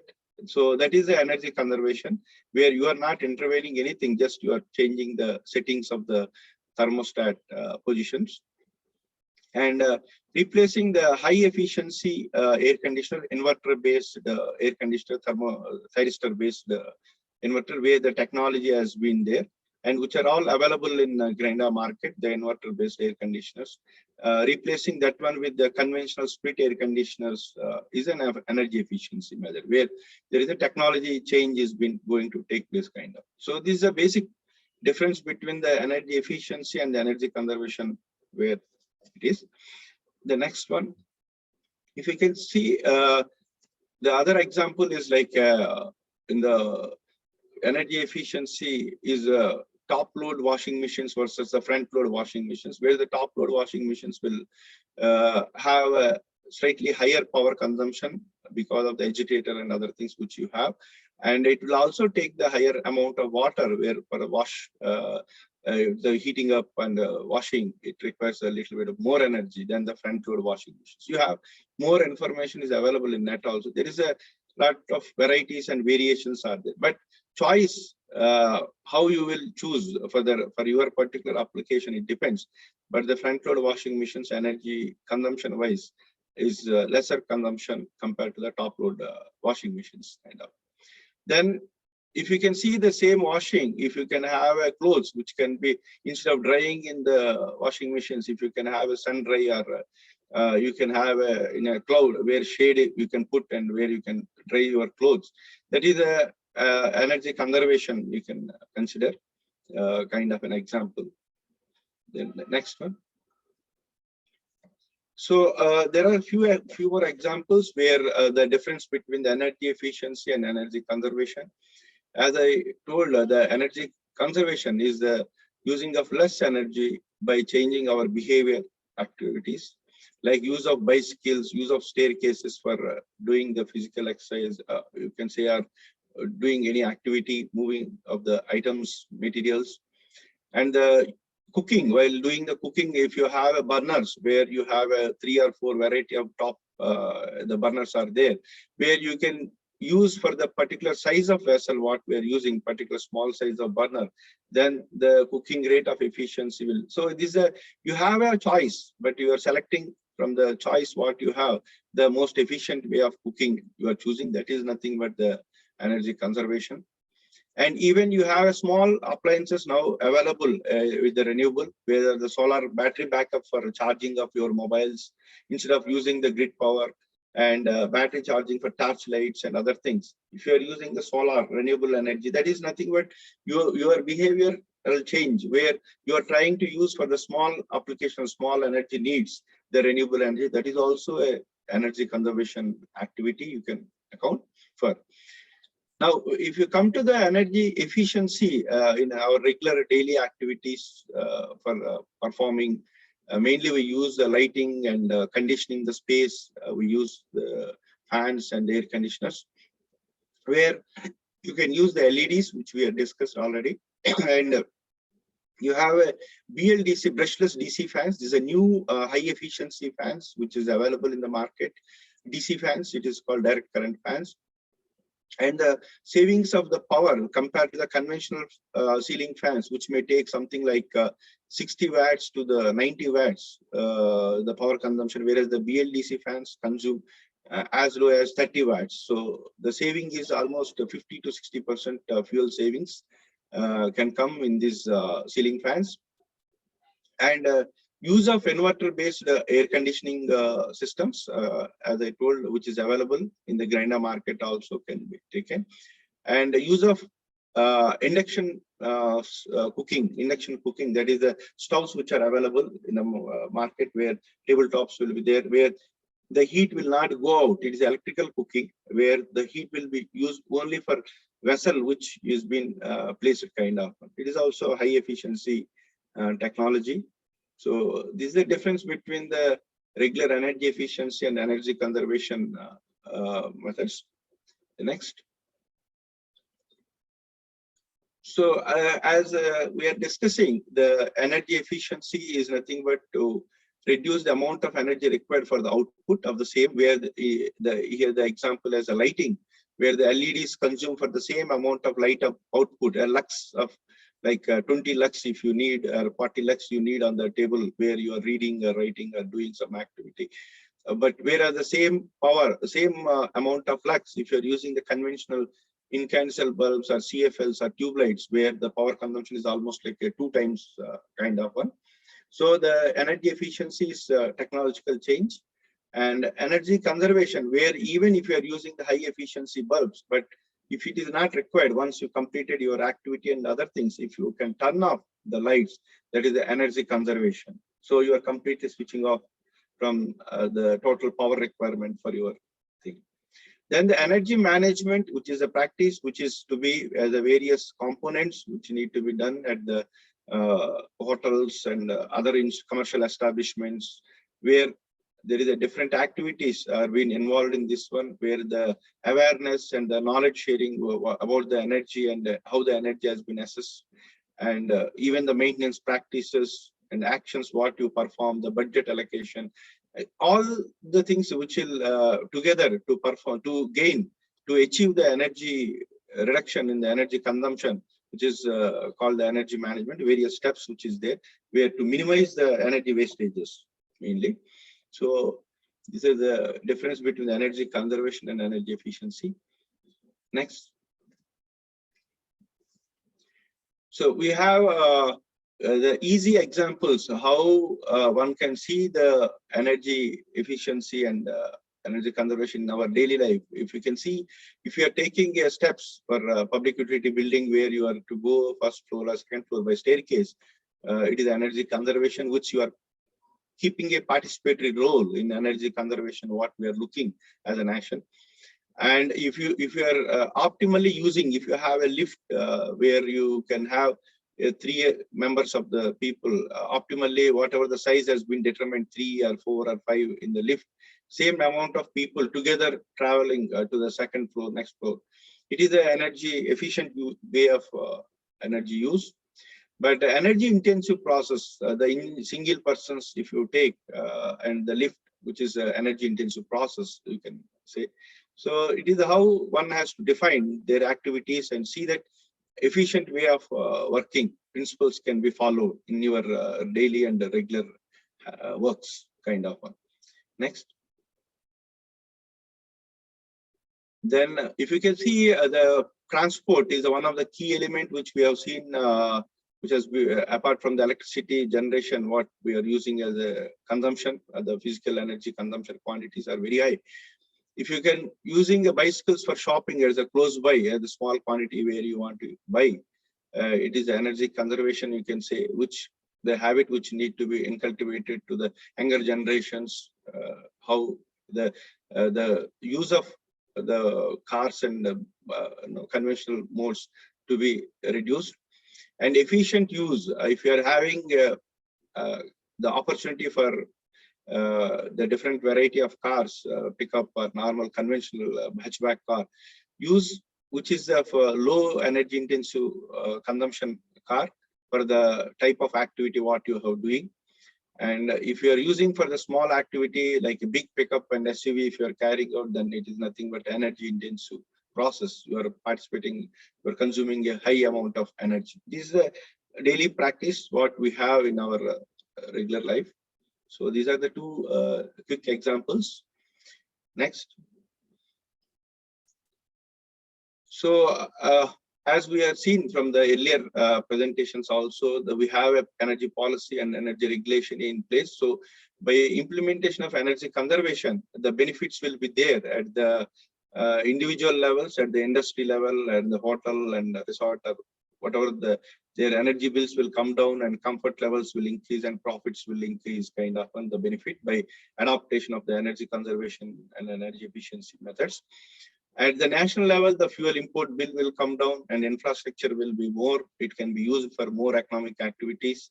And we are also meeting the commitments, NDC's nationally determined contribution commitments, CO2 mitigations, which will meet. And at the global scale, every nation contribution will account, and which maintains the lower greenhouse gas mitigation will take place, and it is a sustainability for the future, where we can maintain the global temperatures within the control, kind of. So every nation is going to participate in this particular process. Next. So as we have seen, the previous speakers, the talk and other things, where the scarcity of energy and cost and environment, these are the parameters which is is a very high volatile in the last few months also, and last year we have seen during the COVID also. There is economic activity which has slowed down. Once the economic activity develops, then there is a more amount of consumptions and other things will take place. As we have seen that earlier it has been mentioned that from 2021, there is a 2% increase in the electricity consumption. That itself is more 2% what is consumed. Physically, it has been observed in the Grenada itself. So energy efficiency is a very good measure where the targets are there for us to have a 20% reduction kind of a targets. So implementation of energy efficiency in various forms, from the residentials to the commercial to the household to the industry level, all the sectors, all the economic sectors, there is a scope for us to release almost like 5 megawatts of electricity from the present this one, whatever has been a growth, because continuous growth will take place, and energy efficiency also to be parallelly act as a parallel path to bring down the consumptions, or to maintain the consumptions within the limits, kind of one, instead of a high amount of infrastructure to build, kind of one. So the energy management is basically covers the wastage of energy, minimum use of energy consumption, energy intensity. These are the steps which are there, and you have to look into every frequent, like every monthly or quarterly or half yearly or annually. one has to look into their energy. It is a continuous process. It is not that just by doing one-time exercise will, because our activities and other things will go on change. And even if not, the activities are changing in a hotel. Hotel may be the same structure, same building, same appliance will be there. But the use of equipments, what are there inside the the life and age, which is changing, that also lead to the higher energy consumption. So one has to keep a tab on that particular angle also to have a energy management in place, kind of. So the next slide. So the energy pyramid approach, which the energy conservation and the renewable energy. Renewable energy, we are seeing very clearly from the utility Grenada presentation that it has been promoted, and already the 3.7% of the 3.7 megawatts of power has been integrated into the system from last, you can say 15 years also. But as usual, if you have the business scenario, if you can take the energy conservation is the first step where you have within your source what the best practices and good practices, low cost measures can be implemented. One has to try and create that kind of mechanism within their business or home or any of these activities. And then once the energy conservation is well done, then to bring down the further energy efficiency, what are the best technologies available within the given? Because there are like, if you can take an example of conventional air conditioning replacement with high efficiency inverter-based air conditioning, 30% of your energy can come down. So you need to understand what is the retrofits available, what kind of energy efficiency can play into the particular location in the air conditioning or lighting. Implement that one as a second step for the energy efficiency. Once your energy consumption has come down to a base level, then you can think of going for the renewable energy integration. But if you're directly going for the renewable energy integration without doing the energy conservation or energy efficiency, you are going to have a very high investment. The investment could be doubled for the same given activity, whatever you are doing, your consumption. Directly, if you are going for the renewable energy integration, it will cost almost like 2 times kind of. So it's a good that one has to have an energy efficiency in place. Then you can integrate the renewable energy. That is the method one has to understand and follow before implementing the renewable energy projects, which is high priority and which has been well promoted in the Grenada market. So the next one. So why we have this energy efficiency, the inefficiencies particularly playing in any of the business establishments and other things, if you can take. Basically, the electrical department or electrical, who is looking after the electrical, they are being responsible for the energy efficiency, if you say. But mainly the people who are from that particular department who is looking after the electrical wiring or electrical appliances, electrical connection, maybe they may be not aware of the appliances, what they have and how you are maintaining practices and other things. So if the equipment maintenance and the kind of application, how length you are using, how far you are using, how you are, when you are doing this particular exercise, see that kind of understanding. Once if the people who are having from the electrical department, they don't have, then this kind of inefficiencies will come into the picture.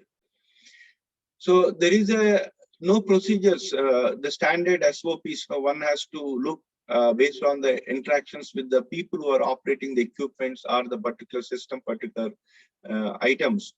Then one need to define what is the best operating procedures and kind of one to drive this energy efficiency. Because of lack of the people who are operating people and the people who are given the responsibility for energy efficiency, there is a mismatch. That is the one which is leading to the inefficiency in a particular buildings or establishments.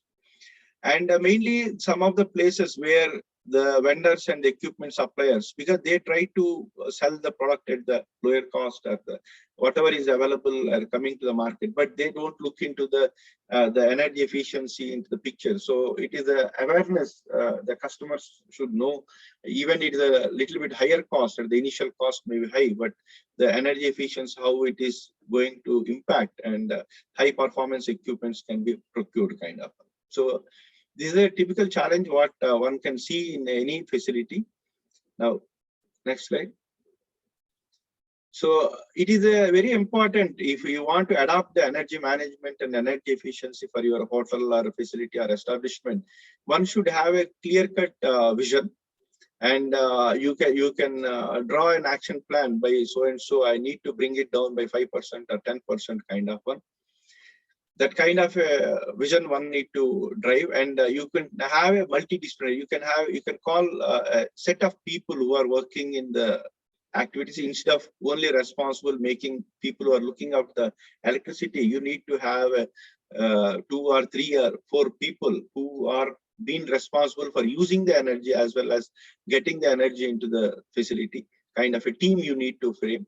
And you can see the local action standards. As we are seeing, there is a renewable energy policy, renewable energy projects and other things which can be implemented for various facilities which are there. Try to understand the logic behind the commercial establishment and the other project, where there is a 2 aspects which we are seen as a 60% limit of your consumption can be installed, and there is a 200 kilowatt limit which can. So the local standards which is appropriate for your facility or activity can be drawn, and set the target for what you can achieve and what kind of amount of energy you can invest, money you can invest in appliances. And you can drive, once you are having that intention of energy efficiency, one can look forward for the ISO 50,000 standards for your particular facility and commercial establishment.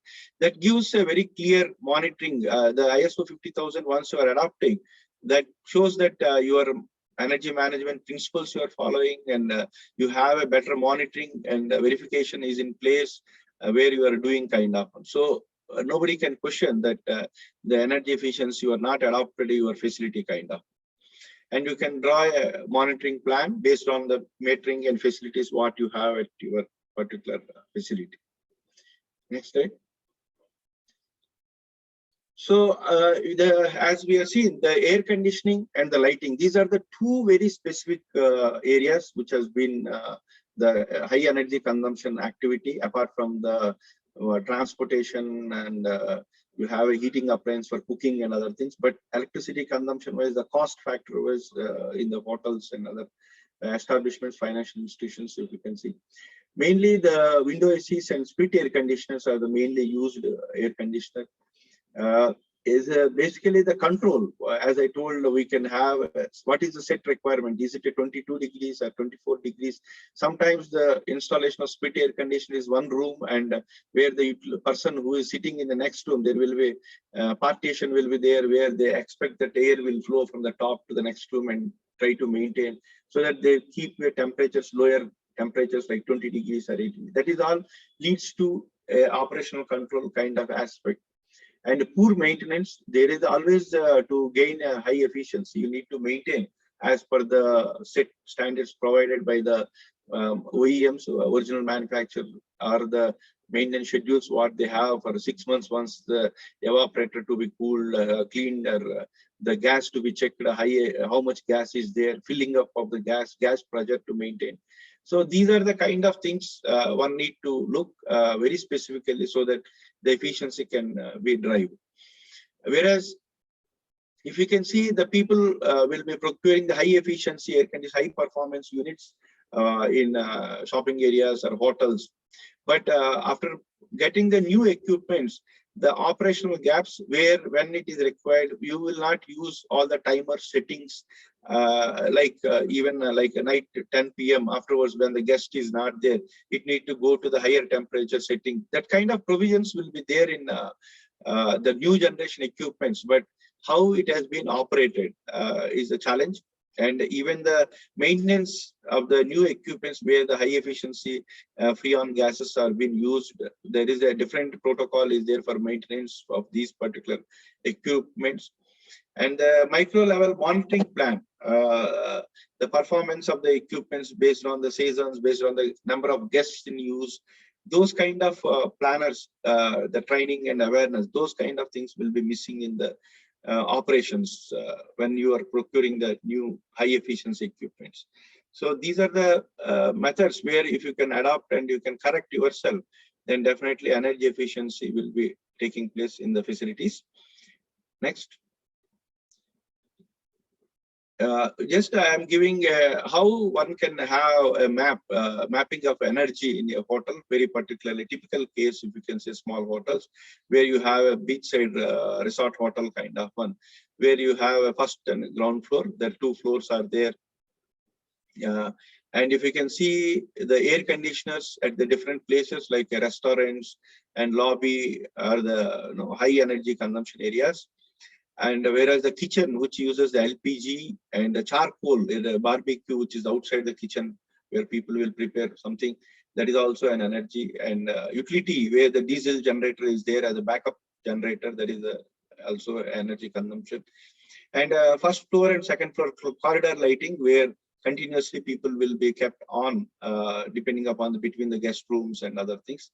And inside the guest rooms, if you can see the air conditions and the hot water geysers, are the high energy. So one has to map in the facility how the energy use has been there.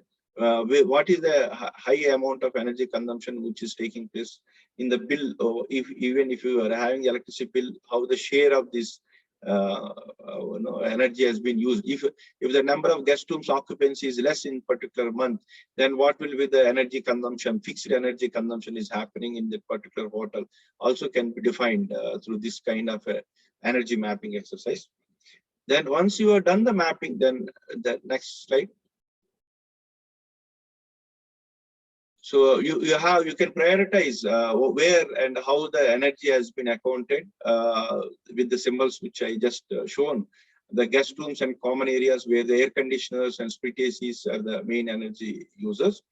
And the kitchen, you have LPG and charcoal is the other area, where by purchase quantity of coal and LPG per monthly basis, you can have indicator how much you are consuming based on the type of amount of cooking you are done and the guests you are served and other things. So you can have the assessment. And utility room, the diesel set, if there is a power shortages are there, or some functions are going where the uninterrupted power you want to give from the generators or the high load equipments you are using. So you can correlate the consumption of the diesel in this particular area. And the guest rooms where the energy has been used for geysers, whether based on the occupancy of the room it has been used, or the amount of the type of shower what you have, the type of different type of bathrooms, bathtubs and other things also consumes a different type of hot water requirements and demands. So one can assess that kind of assessment also. And common areas where you might be using the LEDs, but there is various controls and other things, integration also, there is a potential for doing. So this is the identification of hotspots. You can map where actual high energy consumption and the moderate energy consumption is taking place. Then next slide. So the action plan, one can have who are the responsible people for each of these measures when it is happening. And whether you need the finance to do some retrofits to drive the energy efficiency you need, or just by a conventional behavioral change, whether you can change. See, switching to more efficient ACs and the use of natural light, ventilation, and avoid ACs in common areas. You can see based on the requirement and other things in the restaurants, there are certain times where you don't need to do the AC, where you can switch on during the hours before the guest comes. Half an hour before the guest comes and other things. There are some things which we can practice. And if you want to change over from a split ACs into the inverter type high efficiency air conditioner, then you need the investments. And training of the workers, the kitchen chefs and other people about the timing and the fuel consumption and the heating. There is not much of investment is required, but one can observe and see that all the practices has been efficient practices has been followed in this particular area. And the use of solar water heaters and even the heat pumps, the high efficiency, low energy, low electricity energy consumption, and hot water generation is through heat pumps, mainly like even swimming pools and other things. If you are doing the hot water has been used, you can use the heat pumps. That is a more efficient technology which is available now with the less energy. As a conventional heating to the heat pump, which is almost save 60% of the energy for heating applications, and use of photo sensor switches and other things for the lighting purposes in the corridors and common areas. So that is you can integrate that one with a low investment in any facility. So now if you can see, the lighting is one area where, apart from the air conditioning what we have seen earlier, the lighting, it is comes with the design. It is always a scope for improvement for any of the facility, existing facility or the new upcoming hotel or resort, any building if you can take. So the efficient lighting, more of daytime integration of the light without the maximum light without any glare and other things to reach. And even up to the 30 feet inside the building, which can do with the kind of a redirection of the sunlight, which is coming into the building, and even the skylights nowadays, which are available without penetrating the heat. The light can be brought inside the buildings, kind of. So those kind of techniques can be used. And the efficient lamps, as conventional lamps with LEDs, most of the places people are using now for all the things. And dimmable ballas, where based on the timings and other things, where type of activity, you can even dim, you can lower the wattages. That is the integration you can do. And reflectors, you can have a bright reflectors even in the LEDs when you're using to get the more output and to the direction what you need. And street lights, where with the control of motion sensors you can do, or with the dimmables you can use. And even the perimeter lighting and other things, the solar lighting, which is very standard now, which is available at the very minimal cost of like $50 or something, which is available in Caribbean market. So LED solar based lighting, also street lights you can use. And efficient controllers, occupancy sensors and daytime sensors, based on the tasks which you are performing, the task light, where you can like even a kitchen and other places where you can switch on lights and you can stop after the cooking kind of one, or some other activities which can be performed, the task based lighting. So these are the things one can look during the Dr. Rao. Yeah. I just had a question for the participants. Yeah. If they can indicate some of the energy efficiency challenges they've had within the hotels, and what within their facility that they will think, do they believe consume the most energy. If they can indicate through feedback what some of the challenges are. Yeah. I welcome the participants to actually share your experience in this regard. Yeah. Anyone? So anyone?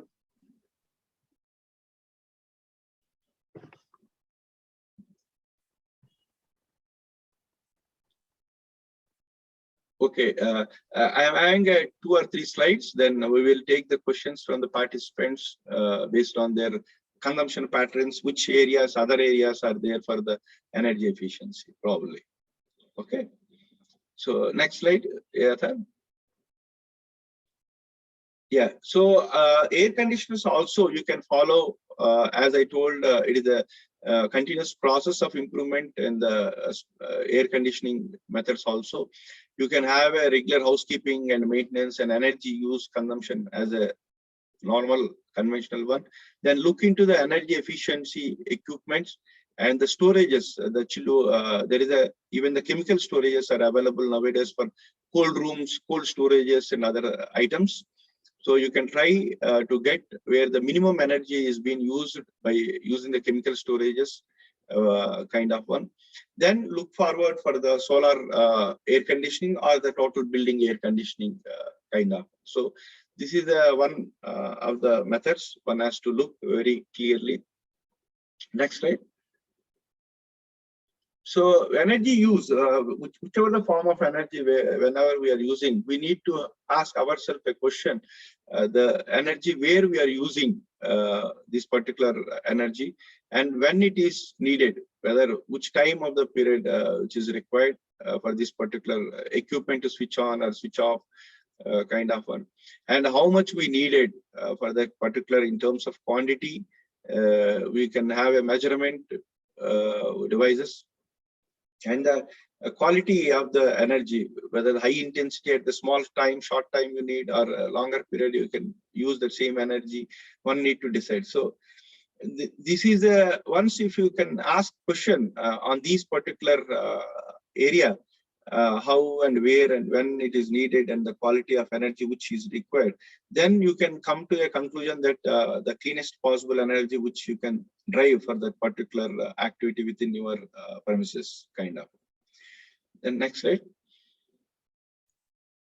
So we have for energy conservation, everyone has to look into a 5T model where you can look into the switching off of the plugging off of the appliances in your facility where it is possible. You can list it down. You can target like you can say the TV plug. If you take the TVs and other things where you have a UPS systems and other things, instead of switching off the TV from your remote, you can switch off from the main plug. You can, so that inherent power of 1 watt, 2 watts kind of one, which can be stopped kind of one. Even when you are using the computers, which is being converted to the UPS system and other things, where unplugging, it will result into the good this one. And turning down whenever you are using the appliances for eating, like you are having the microwaves and other things, turn down the temperature which is appropriately required rather than keeping the high temperatures and lower temperature for the heating appliances. That also saves energy. And turning up when the cooling appliances, when you are using, you adjust the thermostats and other things for the as per the requirement to the higher side setting, so that the less energy you will be consuming. And you can see the appliances in and around. You must be having a different appliances for appropriate size for appropriate requirement. So use see all your requirements for any activity before what is the best available for you within your given system.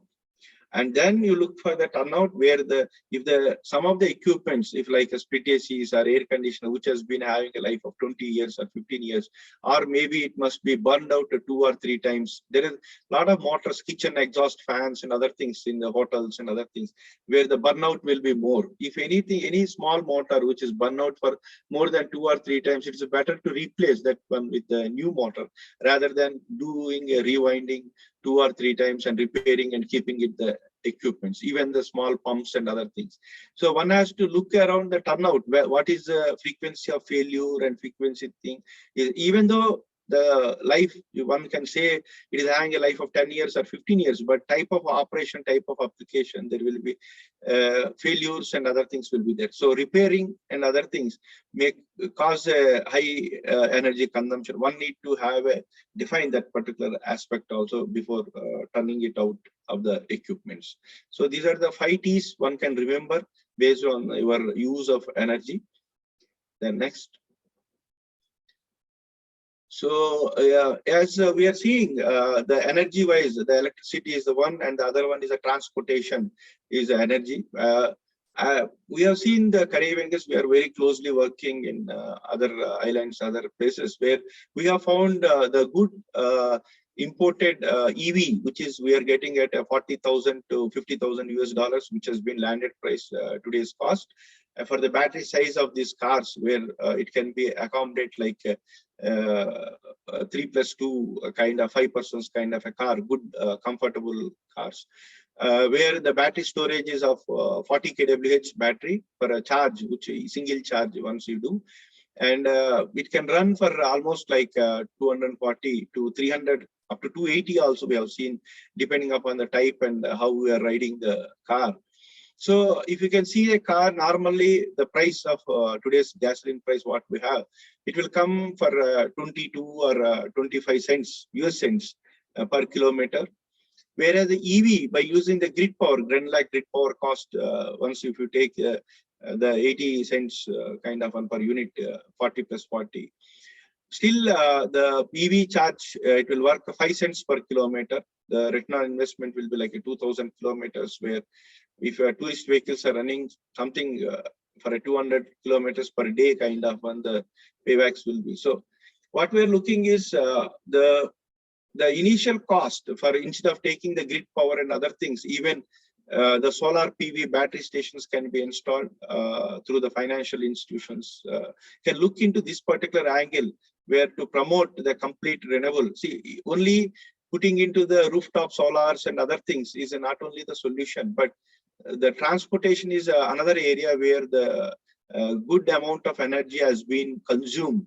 So it is important to look into the EV into the market, where the tourism, where if they have some tour operators, existing tour operators, prominent tour operators, so they can try to advocate to them and try to integrate even few cars, and it will be good. This one, where 100% yes concession for the electrical vehicle already has been promoted in Grenada. So this need to be strengthened. The institutional mechanism. Only looking for the power generation is not going to help us, because these the Grenada is a tourist-based economy, and where there is a different model has to be adopted for the EV to promote into the tourism sector kind of. The next slide. So we are just saying, giving a simple example for the hotels, where if the new staff are coming into the hotel, where you're introducing the new staff, there should be an induction program should be there for them to understand continuously where the energy has been consumed in the hotel and what will be the bill kind of one. It is very important, rather than giving the other introductory, what kind of clothes should be wear for which day and what. At the same time, the induction should be there on the energy side, what kind of lighting they are using and what is the impact of that one, what type of.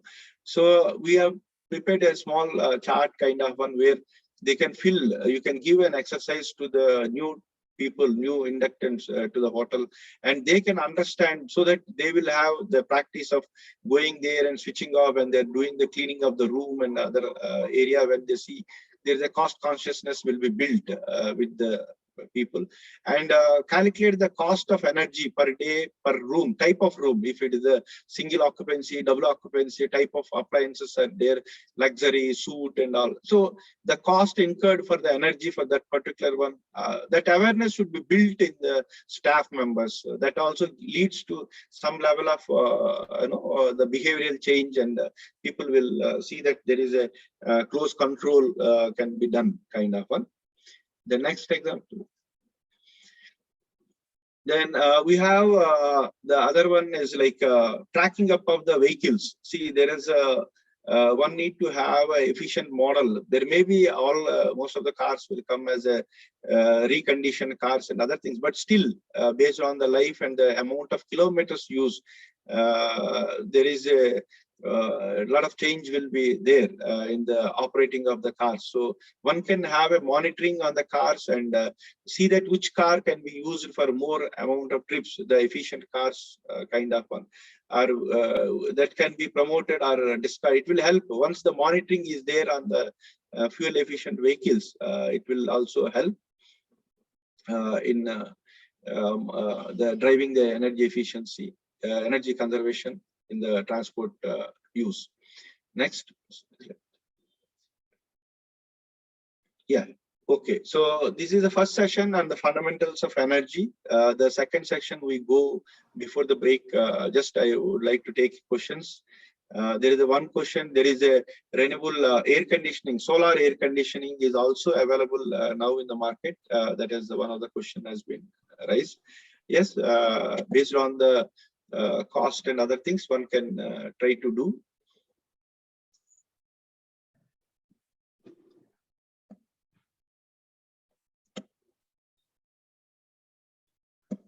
Is there ideal temperature setting that you should set your air conditioners for most efficient energy conservation or energy efficiency? Basically there are two things. If you can say 22 degrees, 22 plus or minus 1 degree, that is a 21 or 23. Once if you set is the most efficient manner, if you can say, the energy efficiency. But if you see the many countries like the warm climates and other things where it is there, they are promoted to drive an energy efficiency in, as a national level.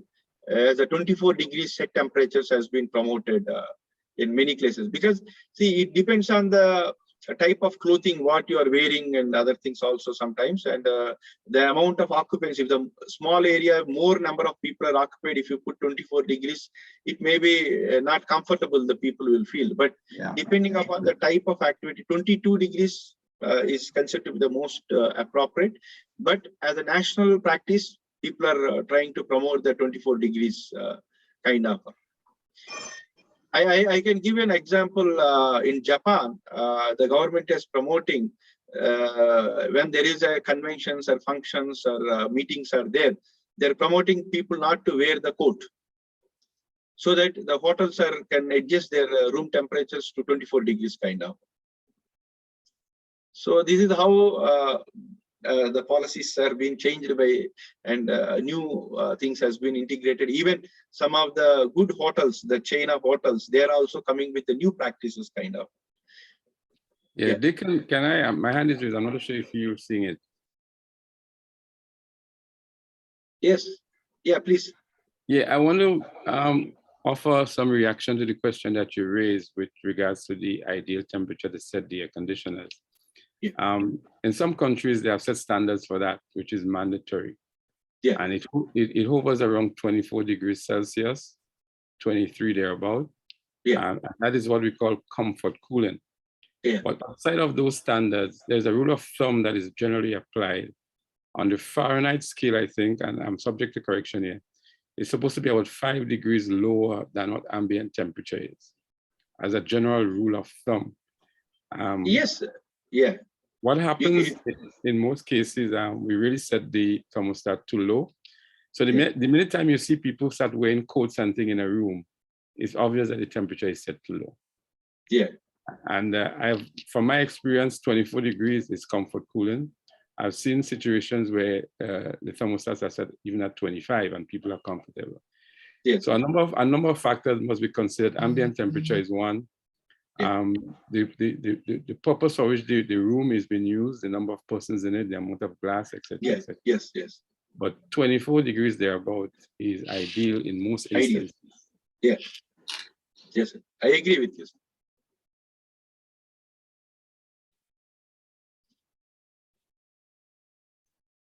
So whether we can have a break for 5 minutes, or we can continue the next session.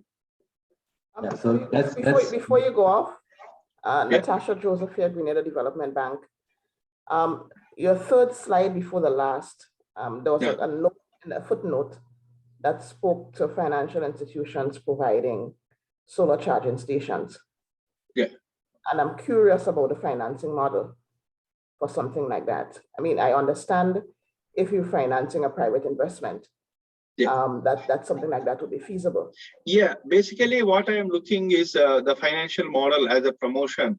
The financial institutions corporate social responsibility, where you can install under that particular fund the solar PV stations, like 10 kilowatt station or something kind of one, where the tour operators or the hotels or the promoters, they can buy the finance, if they can take the loan from your institution, and they can buy the cars.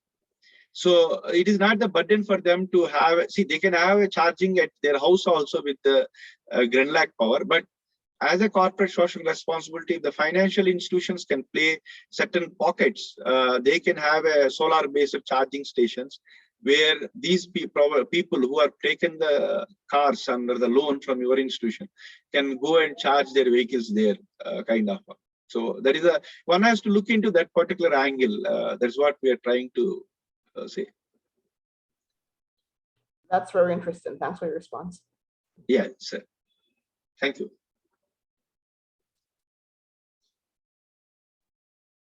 Okay, so if there's no other question, let's break for 5 minutes and Okay.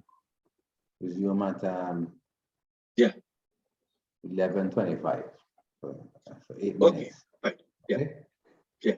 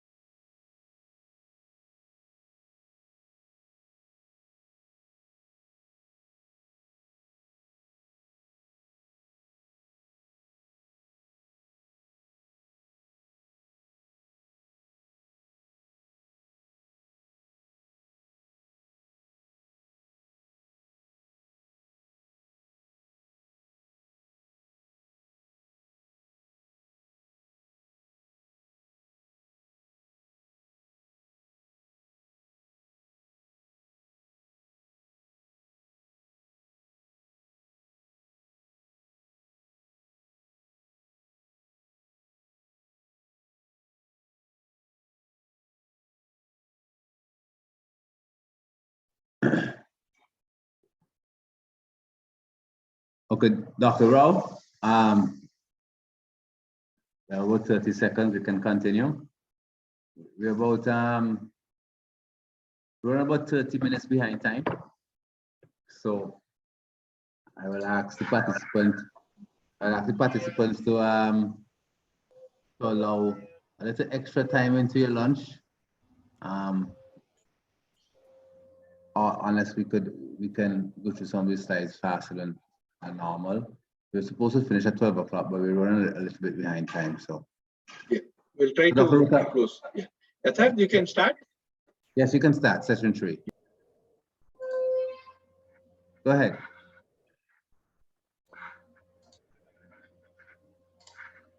Am I audible? Yes, you are audible. You can go ahead.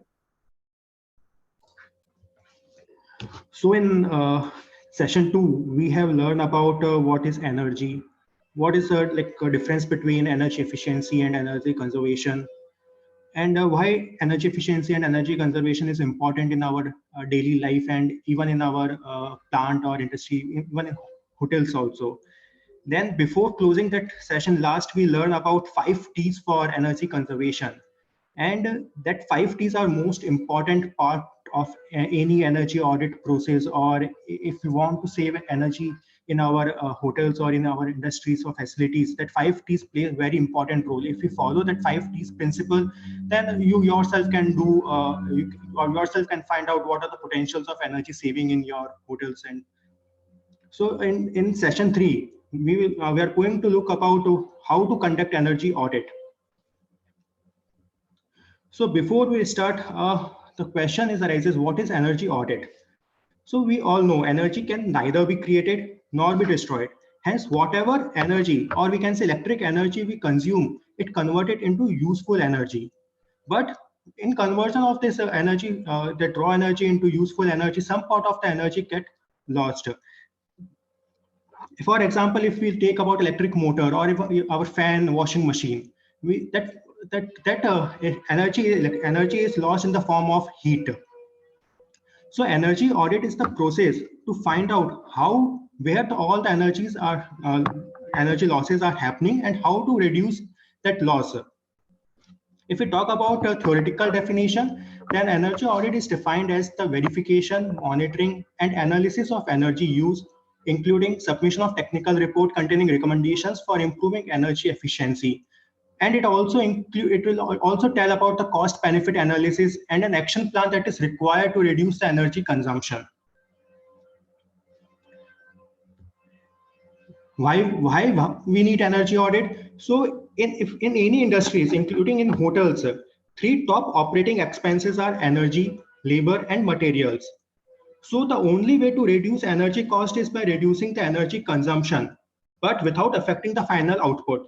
For example, some meeting is going on and save the energy, we switch off the AC. So that is not the ultimate aim. We need to provide the convenient temperature to our audience, and by doing that, we have to save our energy also. So energy audit will help us to understand how energy are used. It will help to identify where the wastage of the energy is occur and where there is the scope of improvement. And it will tell about what are the different methods by which we can reduce the energy cost. And if we talk about stages of energy audit, then energy audit is divided into 4 different stages. The first one is gather the primary data. It includes our historical energy consumption bill, like for example, electricity, last 1 year or 2 year electricity bill from utilities, what you get. Then we have to go for energy auditor will go for a walkthrough or detailed audit of your hotel or industry. Then whatever the data he collected from the historical data and during the field visit, he will analyze the data, and it will suggest some suggestions to reduce the energy consumption. And then finally, the energy auditor will help to implement and to follow up whether how much actual saving you achieved. So all these four stages, the main aim is to train the local staff, so that in the future, the local staff or the staff can do the energy audit by themselves. So if you talk about type of energy audit, then the type of energy audit conducted depend on the function, size, and type of the industry. For example, for hotels, walkthrough audit or preliminary energy audit might be sufficient for small hotels, but for big resorts and all, we need to go for further level 2 or level 3. So based on the potential and magnitude of the energy saving and cost reduction desired by the management, from energy audit can be characterized into 3 types. So level 1 is walkthrough audit, also known as preliminary energy audit. Level 2 is detailed energy audit, and level 3 is investment grade energy audit.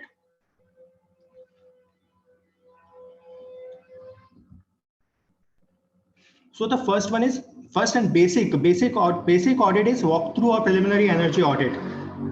It is also called as simple audit. Why? Because here no major instruments are required. Simple, the energy auditor will go, he will look around to what kind of instruments or what kind of equipments using within the industry, what are the practices followed by the management. So it's involved like 1 or half day visit to the plant. It provides quick overview of the energy use pattern, like based on the observation and historical data collected. It identifies energy intensive processes or equipment. For example, in hotel industries, air conditioning or water heating and lighting is the major energy intensive areas. Then it will help to identify energy efficiency, if any, if it exists.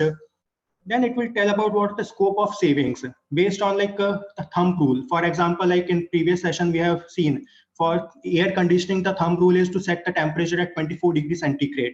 So like this, energy auditor will try to identify some basic energy saving potentials.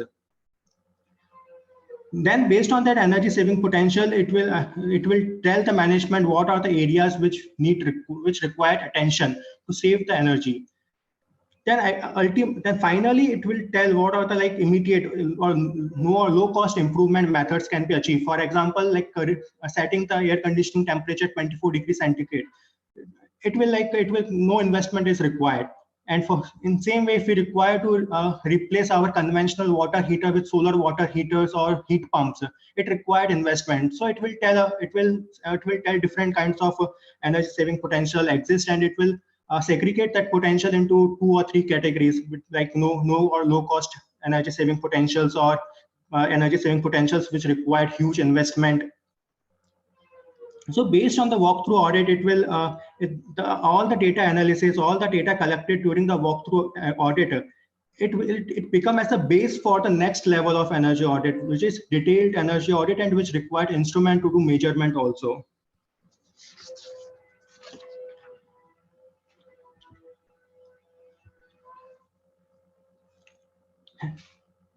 A comprehensive or detailed energy audit provides plan for measurement, evaluation, and analysis of all major energy using equipments and system.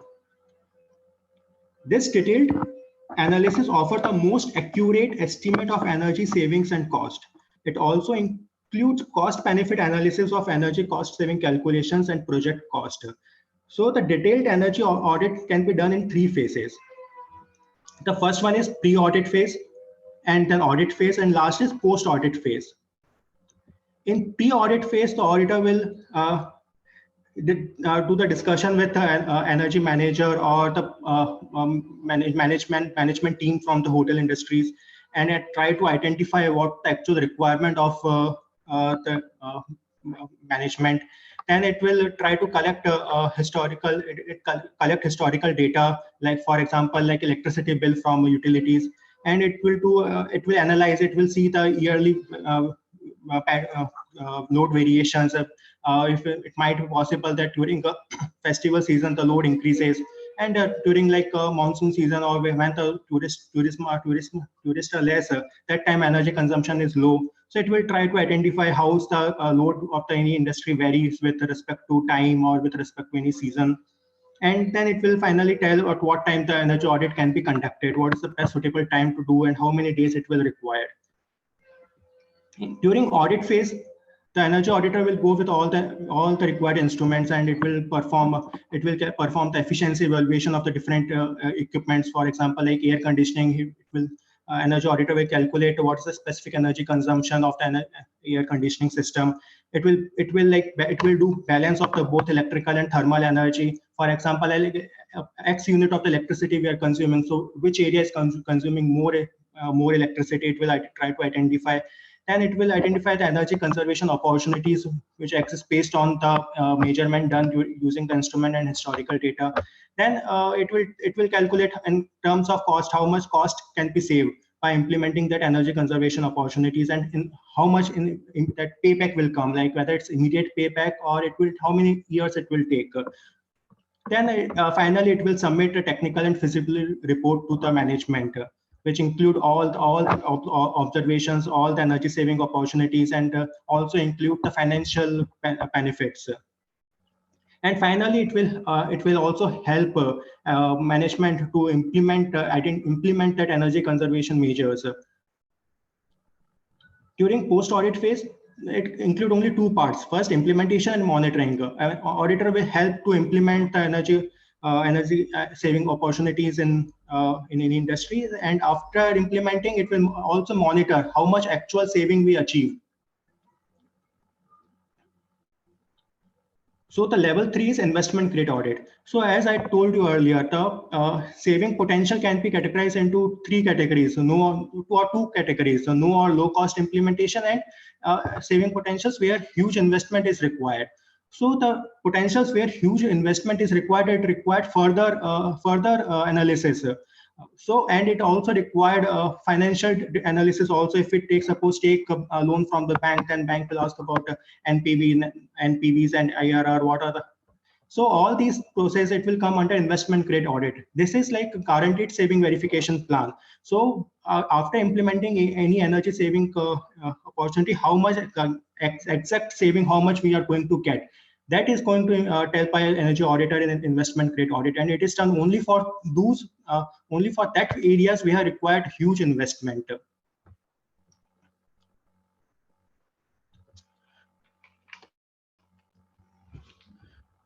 So now, as I told you, for detailed energy audit and investment grade audit, instruments play a very important role. Why? Because if we can't measure, then we can't tell how much saving is possible. So to know where and how much energy is consumed, we require instrument. For example, okay, we have like air conditioning system. So out of X unit, what consume every month we are consuming in industry air conditioning using how much energy. So that for that we require a separate instrument.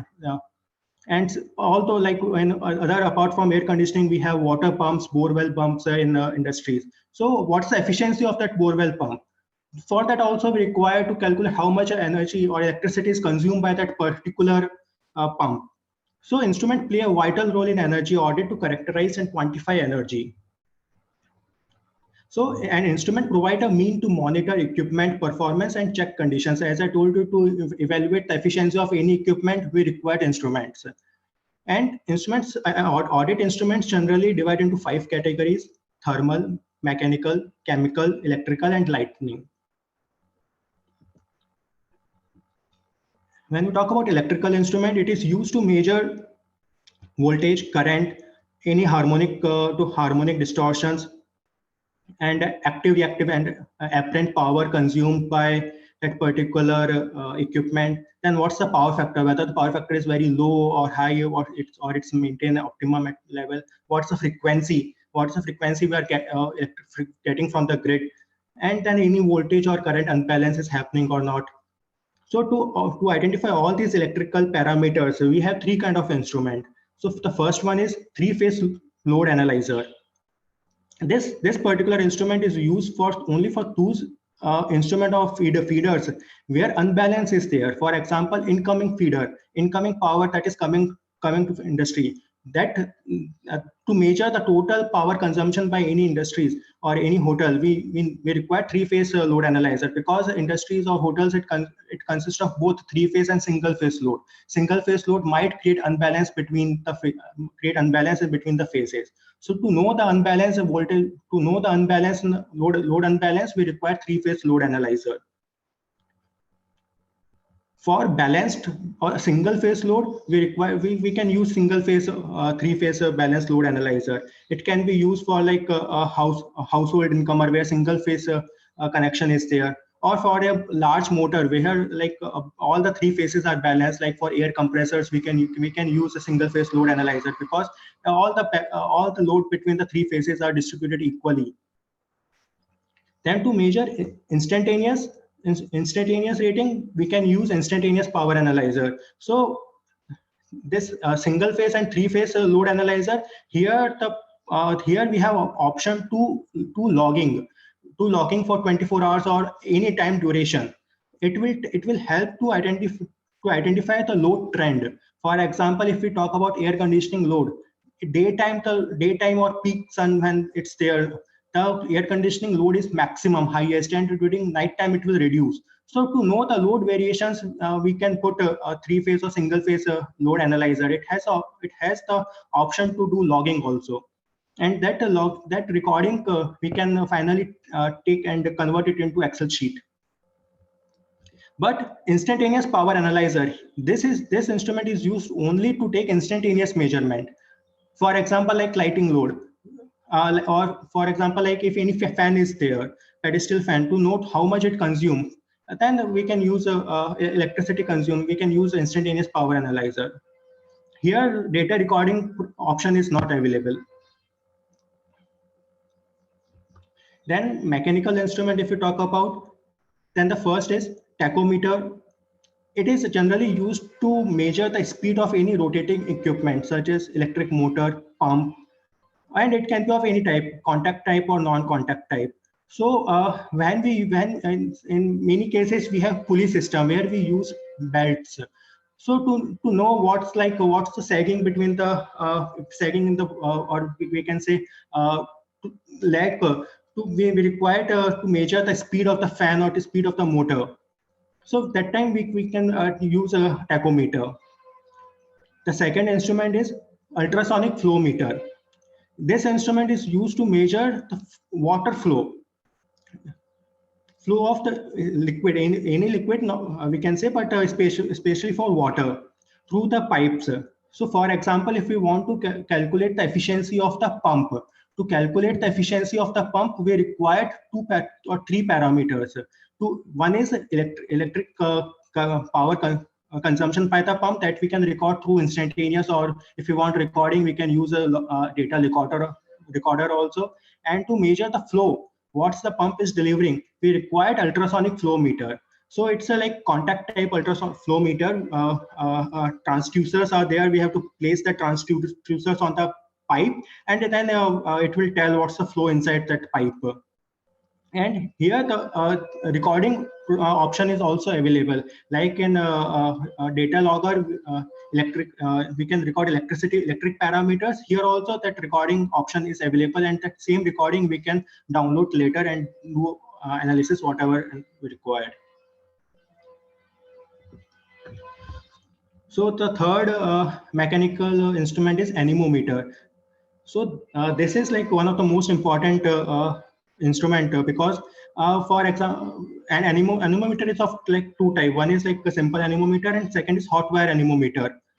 So where the open duct is available, there we use anemometer, and wherever closed duct is there, where we can't put our like big size anemometer, at that place we use a hot wire anemometer.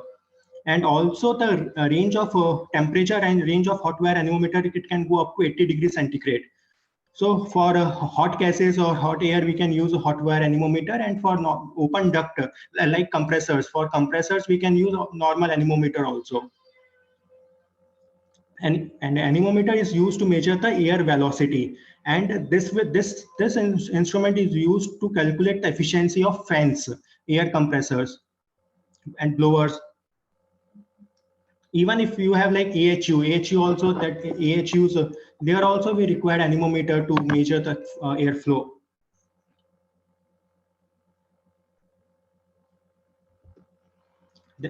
Then thermal instruments. So the first thermal instrument is digital manometer. It is used to measure the pressure difference using the pitot tube. For example, like we have a closed duct system and we want to measure the pressure developed inside the duct. So for that particular area, we required a digital manometer with pitot tube. That tube, if you can see in that tube, we can insert inside the duct and it will tell the pressure inside, what's the pressure developed inside that duct. And for pumps and for that, we have like analog and digital pressure gauge also. This is like, as I told you, for pumps, we required three main instruments. Like first one is a electrical instrument to know the electric power consumption by the pump. And for flow, we required ultrasonic flow meter, which will measure the water flow. And then the pressure, for that we required pressure gauge. It can either be digital or analog.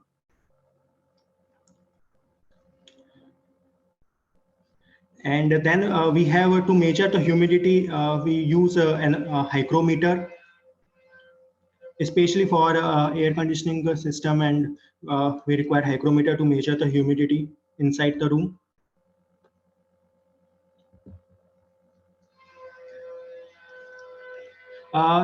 Then other thermal instruments are infrared thermometer. This is required to measure the surface temperature.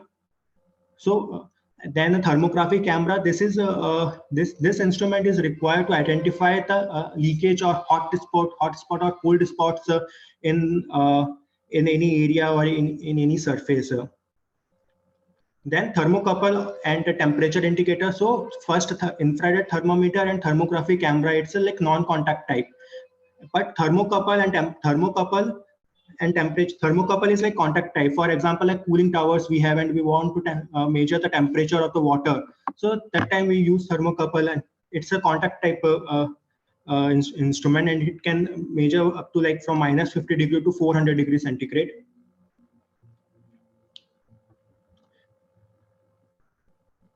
These are few thermography image. So the first one is, you can see we have done the thermography of the transformer, and here you can see a red spot. This is because like oil level inside the transformer is very less. So it will give you like operation and maintenance team get the idea, okay, oil level reduce inside the transformer. Because if the oil level reduces, then the temperature inside the transformer, that is the coil temperature, will increase, and losses in the transformer will increase. So this will like pre-maintenance, before any fault, or pre-maintenance team can take the further action. Similarly, like second image, it's like we have taken the image of the bus bar. You can see the image of the bus bar, and one this middle face, middle bolt, it's like red color. So temperature is very high. So and when we do further investigation, then we found that the temperature is high because of the loose connection. So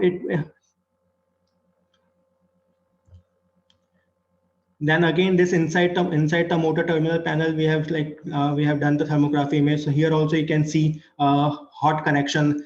This can either be because of overcurrent, or if might be possible that the cables used, that is like of a small size. So temperature is very high. So all these red spots, these indicates that before any fault occur, we have to do maintenance in next shutdown, or whenever it's possible.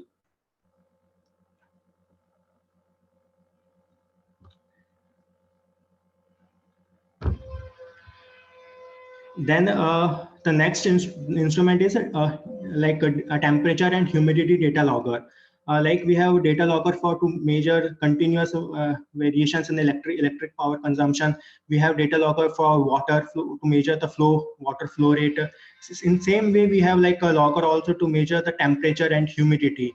So this is like, we can set the temperature, we can set the time duration for like 24 hours, for 2 days, 3 days, how many days we want. And we set the duration, the time interval, 15 minutes, half an hour, 1 hour, 2 hours. Accordingly, it will calculate, it will keep on record the temperature and humidity within that particular area. So it's range from minus 15 degree to 150 degrees centigrade. And for humidity, it can measure from 0 to 99%. And in hotel industry, as we know, all know that lighting is like major energy consumption area. So to measure what's the actual lux produced by that lighting fixtures, for that we use a lux meter. It is used to measure the illumination level, and it can be used for both. It can use as an instantaneous instrument also, or if you want recording with respect to time, that also recording facility is available in lux meter. And if you talk about chemical instruments, then the first one is conductivity and pH meter. So many times, especially for like cooling tower and boiler, we need to measure what's the pH of water pH and conductivity. For that, to analyze the water quality, we use a pH meter. Then to measure the various gases like oxygen, CO2, and a flue gas, particularly for boilers, where boiler is there, to measure the percentage of oxygen, carbon dioxide in the flue gas, and other parameters like carbon monoxide, nitrogen dioxide, what's the temperature of the flue gas. For that, we use flue gas analyzer. So and other accessories like to note all the calculations, all the readings, we require a notepad, or you can use tablet also. Then to calculation, we require calculator. And to measure the size of the duct is, for example, like if you want to calculate the efficiency of the fan, then we need the size of the duct. For that, we require measuring tape.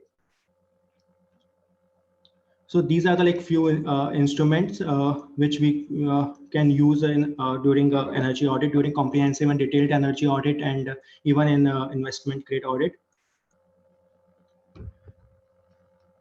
With this, I will thank you. Thank if any you, question, thank you. Just want to ask the participant, any question, any particular specific question that you'd like to ask at this point in time? Do we have a full understanding of what is entailed in the energy audit and the reason why it is important?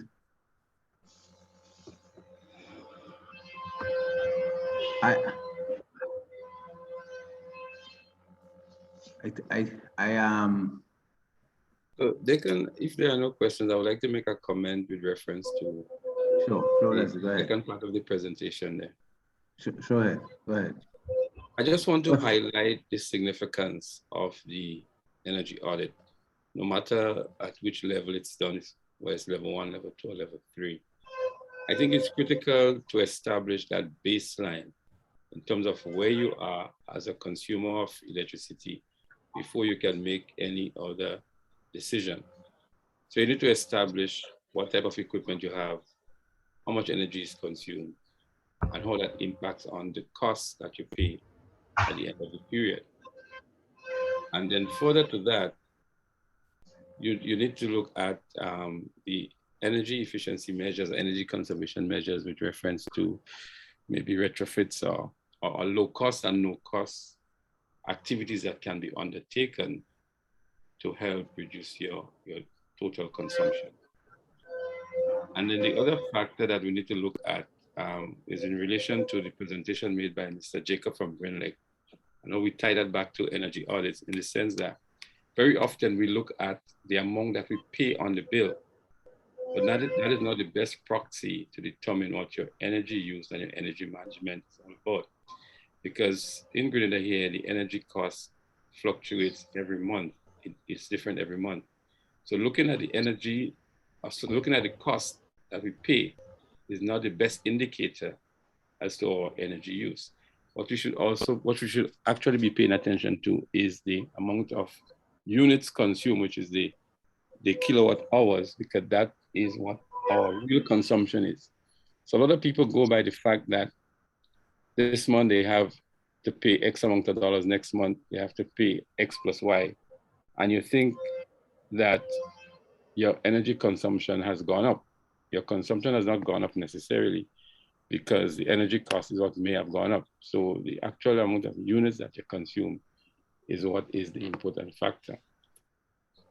But it's very important that in any decision that has to be made, that we must do that baseline study, which is what we call the energy audit, to figure out what our consumption levels are and where we could cut back on our consumption levels and maybe the types of equipment that we use. So I just wanted to make that comment so that everybody would be aware of those dynamics with respect to the energy management process and how we interpret the information that we have on our electricity bill. And thanks, Leslie. I see we have a question from Natasha and then Nadia. She has a hand up. Natasha. Sure, thanks again.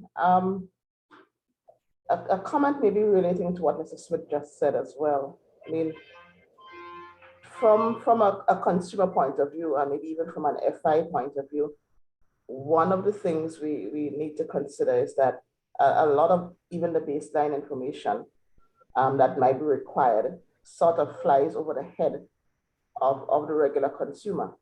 You might look at your bill and you're consuming X amount of kilowatts per month, but how does that translate into the equipment that you're actually using to determine? I mean, people might say, or make the assumption of whether it's a microwave, the refrigerator, the AC unit as the high consumers, but typically being able to convert what you see at the back of an appliance to what a bill reading says is above most people's awareness and knowledge.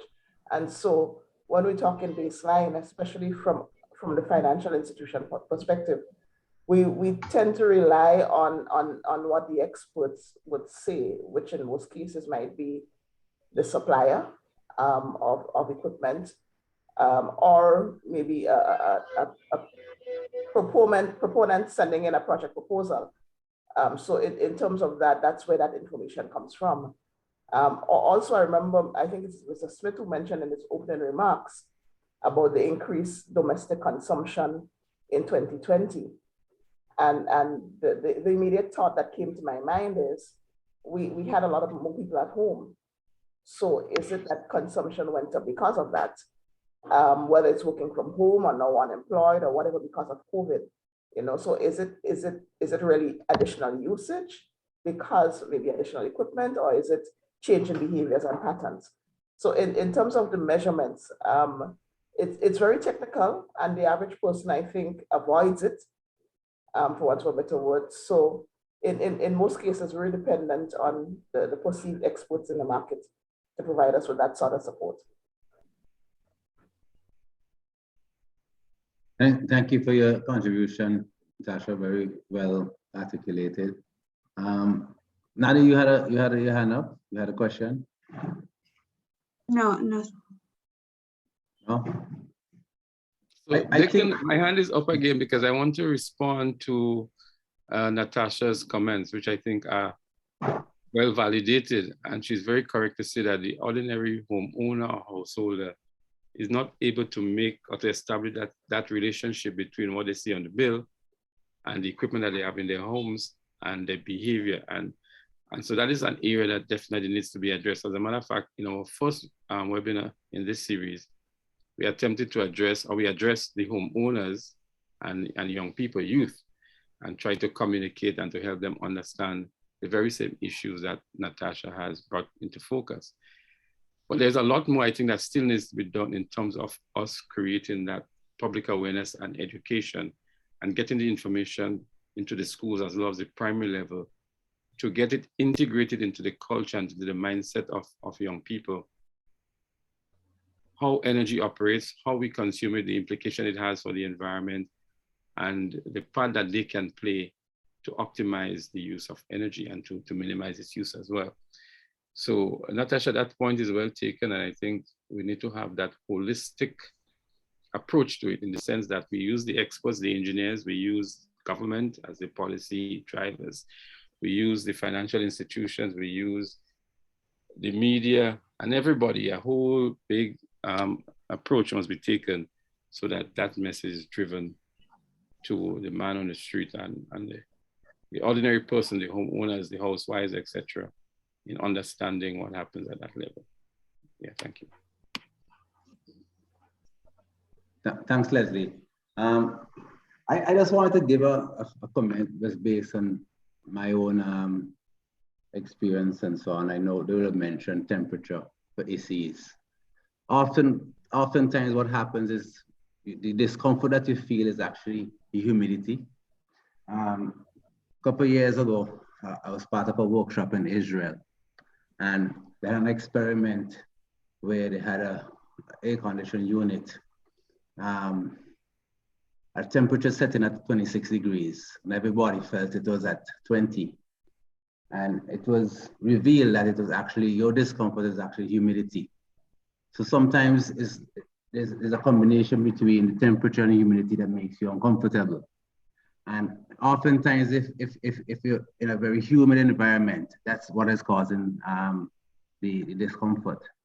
So what has happened, many hotels have installed humidifiers to keep the humidity down, and that has enabled them to increase their temperature to 24 to 25, and it still gives the same comfort. I also want to share that in the past, especially in hotels, things like the pool pumps, the timing of the pool pumps, sometimes they're operating at 24 hours per day, and that's not necessary. You could have a timer installed on these pool pumps that runs 8 to 10 hours. That will help you save energy.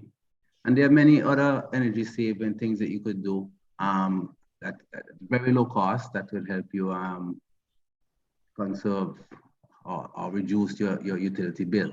So I think the importance of the energy audit is to first identify the areas within your institution that is consuming the most energy by doing a walkthrough audit.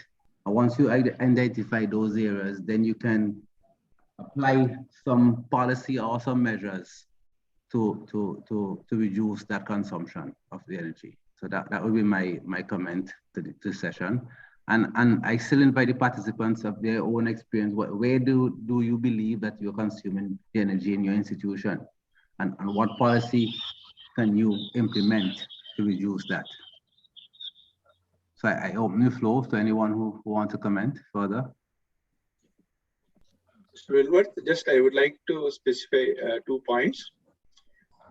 As Ms. Natasha was mentioning about the baseline audit, see, it is worth conducting the baseline energy assessments, because if you can see in a house or some of the government buildings or the establishment, like a weekend, Saturday, Sunday consumptions are different than the normal working day pattern. In the similar way, like in a hotels, if you see the non-occupancy period and occupancy period, there is a different level of consumption pattern will be there. Where non-occupancy period also, the consumption will become a baseline consumption. And it will identify the equipments which are running 24/7.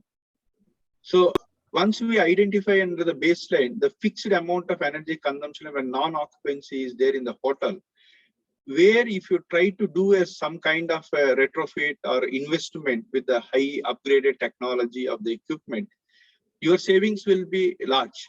It will be there for the continuous period during the occupancy, during the non-occupancy. So the baselines we should highlight and bring out this particular kind of information and analogy, which will be very helpful for decision making for the owners. Okay, so.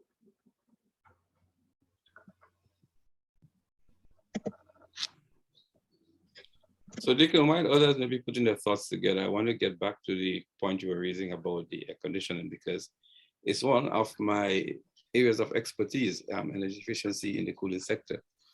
Research has shown, research conducted by ASHRAE, which is the American Society for Heating, Air Conditioning, and Refrigerating Engineers, that you can operate your air conditioners at a much higher temperature and use a fan to help address the very same issue that you're referring to with the humidity. And in so doing, you offer comfort cooling and at the same time, reduce your energy consumption in total by using the combination of the air conditioner and the fan. So unlike what most people would have thought, that by using the both of them together, you'd actually be using more energy. If you adjust your thermostat at a higher temperature for the air conditioners, and you use a fan, it could be a ceiling fan or floor mounted fan, it will make the room cooler, and at the same time, you would be using less energy, because the air conditioner, which is a major energy consumer, will be operating at a much lower energy demand as a result of that. So that is something that people should consider. And that has been after research has been done by ASHRAE and others to prove that it is in fact an effective way to keep your rooms cool and lower your energy consumption. Thanks for that input, Leslie.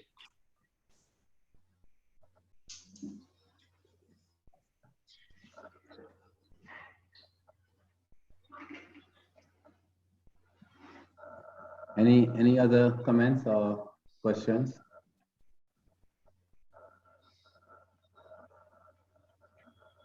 Okay. Sorry, a thought just came to mind from Justino's presentation earlier. I'm not sure, Leslie, if you might be able to provide me some clarity. What is the current status of the implementation of the regulations by the Prc as it relates to IPPs, particularly, and those interconnections? Do you have any knowledge on that? Well, I'm not sure if Justino is on the line. I would like him to address it. Yeah, I'm still here. He's there. Okay, good, Justino. Thank you. Yeah. So basically, yes, the pilot program going on. So basically, the pilot program is the introduction of this small IPP type arrangement. Anybody interested can do a commercial size system. So right now, the pilot program limits the size of the system to 200 kilowatts of renewable energy that you can put in for now. But yeah, it's possible. And there's also the possibility in the law that you can do an unsolicited proposal for a larger system. But this pilot program is about 2 megawatts in total and 200 kilowatts per person. Okay, thank you. I'll be in touch with you. Okay. Leslie, I see you have your hand up. I don't know if it's a question or just. No, sorry, that's a legacy hand. Sorry.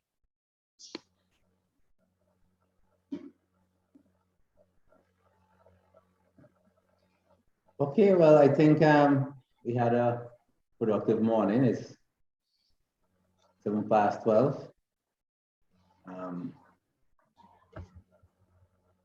And if there's no other questions, I think we can end the session today.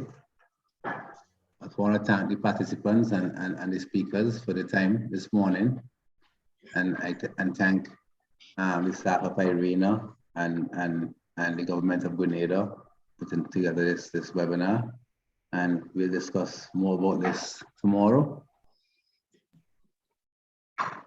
Thank you, everyone. I just want to appeal to the participants if they can reach out to their colleagues. For example, we have persons here from the hotel sector, we have others from the financial sector, and to encourage them, because we have served the invitation to everybody, but as you see, the participation level is not what we expected, and to encourage them further to participate. So even while this webinar is going on, we are behind the scenes making calls to persons who would have confirmed indication that they will still log on, but they have not done so. So it doesn't have to be the financial sector or the hotel sector, but anybody who has interest in energy management and energy audit, we welcome them to participate with us tomorrow. Thank you, Leslie. Thank you. Okay. Yeah. So you have enjoyed the rest of your afternoon, and see you tomorrow. Thank you. Yeah. Thank you. Bye. Bye. All right. Take care. Bye. Bye.